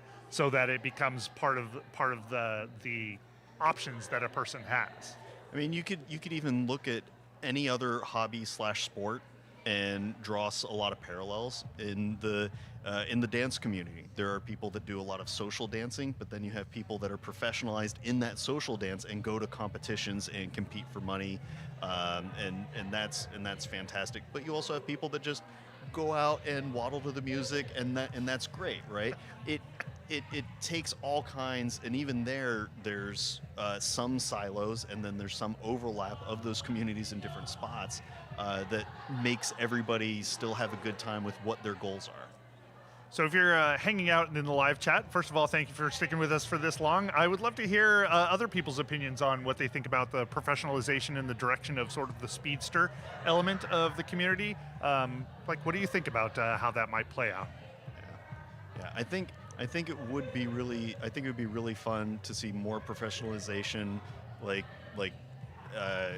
payout pots would be really interesting, but we talk about puzzling's trade-offs. There's going to be trade-offs in there that have knockdown effects, and that matters quite a bit. We're coming down to the last 6 minutes, 5 and some change at this point. I just wanted to point out that I got heavily distracted by the feel of bass in my feet. So the atmosphere still pumping here at the Portland Jigsaw Masters 2026 as we are coming up on the tail end of the team's finals round. Yes, we have about 5 minutes and 30 seconds remaining, and this is, did we get the official name here? This is Team Peace Fight? That is what the team label says, yeah. and they are cruising through. You can see that they did end up sorting all of those blues onto this tray over here and working across the table from one side to the other to get just a few more pieces in. You see that moment of excitement. There's a little bit of hand clapping because they got a piece in. Those are the quick little moments of levity that really help push a team on. I want to point out they are also puzzling one person down, so it's a 3-person team trying to tackle this 1,000-piece random cut puzzle at this stage, and they are doing a really good job. Yeah, and they've been puzzling not only for a while in this round, but I think, as you said earlier, we know that at least the 2 folks nearest to us, like Analia and I forget the other woman's name, like they were puzzling through the last round as well, if I recall. So they're on hours and hours and hours. They're getting I sometimes think of it as the bowling problem, where the better you are at bowling, the less bowling you get to do. Oh, sure. Right?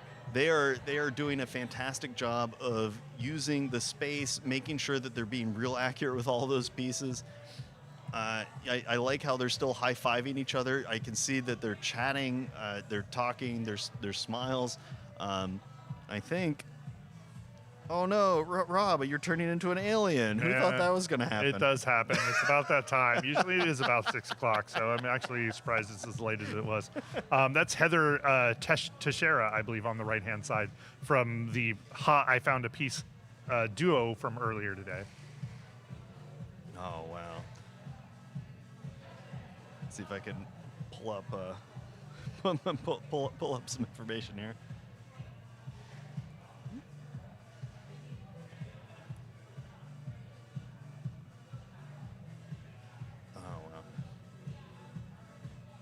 Doing a great job. We have about 3 minutes and 15 seconds remaining in this team's final round. We're looking at the team that's going to round us out coming into the end here.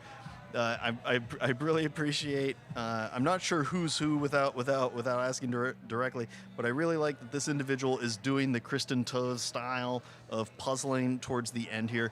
It has to be so draining to go through 4 hours worth of puzzling and be chugging through this.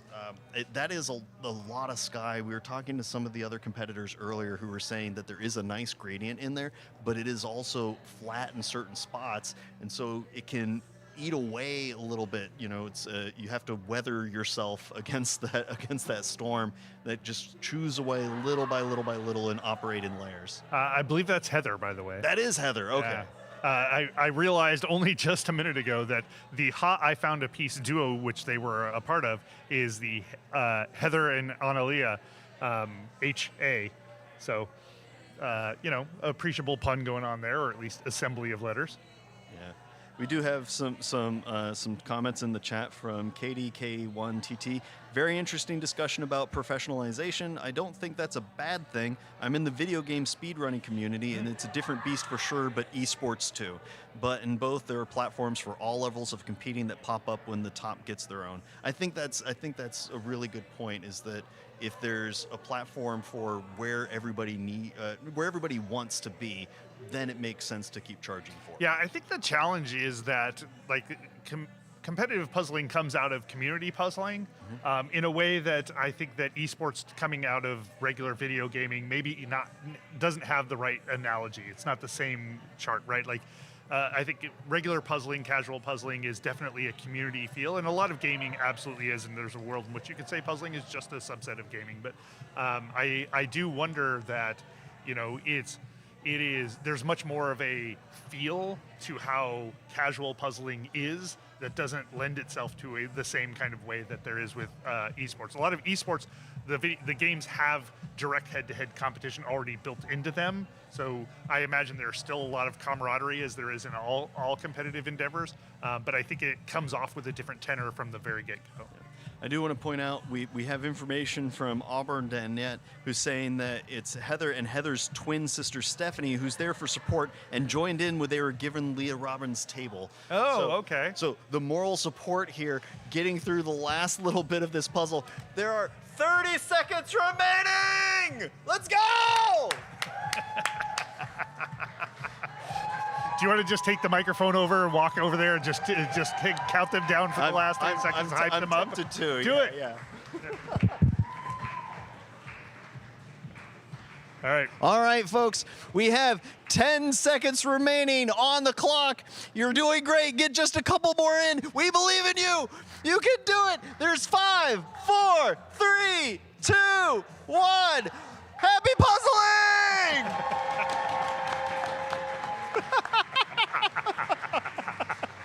Congratulations to them. Made it all the way through the time, still having some upbeat high-fiving at the end of that. That was amazing. Thanks for going down and hyping them up. Oh, any chance I get, I'll absolutely do that. All right, well, that brings us to the end of the Portland Jigsaw Masters 2026 Teams Final. If you made it this long, you've made it on your own marathon, and you should deserve a pat on the back and a snack. So go help yourself out. I want to say thank you to Portland Puzzle Company, who obviously helps put on this whole competition, and to our sponsor for this round, the Hollywood Theater Puzzle. So thank you for that. And importantly, I want to say thank you to not just all the vendors who make this possible and all the people behind the scenes who we engage as vendors in order to make things happen, because they do great work, but also all of the volunteers who chip in and are here all the way to the end, cheering on people, checking in people, doing all of the work that makes an event like this happen. So thanks to everybody out there. Thanks to you, the viewers, for sticking around. And thanks always to my wonderful co-host, Jim Eakins. Thanks for being here today. And I'm looking forward to hanging out with you again tomorrow. You can see that we can just talk for a while, so we don't need actually any puzzling going on. Well, we had lots of puzzling that we were talking about and going, and I just thank you so much, Rob, for having me. And everybody, all the AV crew behind the scenes doing things. You've done an amazing job this whole time. And just 3 cheers for Rob in the chat for being a fantastic human and setting so much of this up. It makes me blush every time. So tomorrow we are starting off at 9:30 Pacific time with the duos finals. We will be starting this live stream 10 minutes in advance of that with some special guests from across the pond. So do join us in for them. Then join us. Until then, thank you all, and we'll see you tomorrow. See you tomorrow. Be there, be a parallelogram.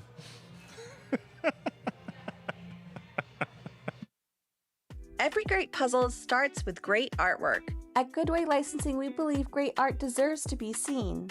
We connect talented artists with trusted brands to create puzzles, diamond painting, and products enjoyed around the world. We've worked with brands like Springbok, Ravensburger, Masterpieces, Sun's Out, and more. Whether you're an artist looking to license your work or a brand searching for exceptional artwork, Goodway Licensing can help bring your next product to life.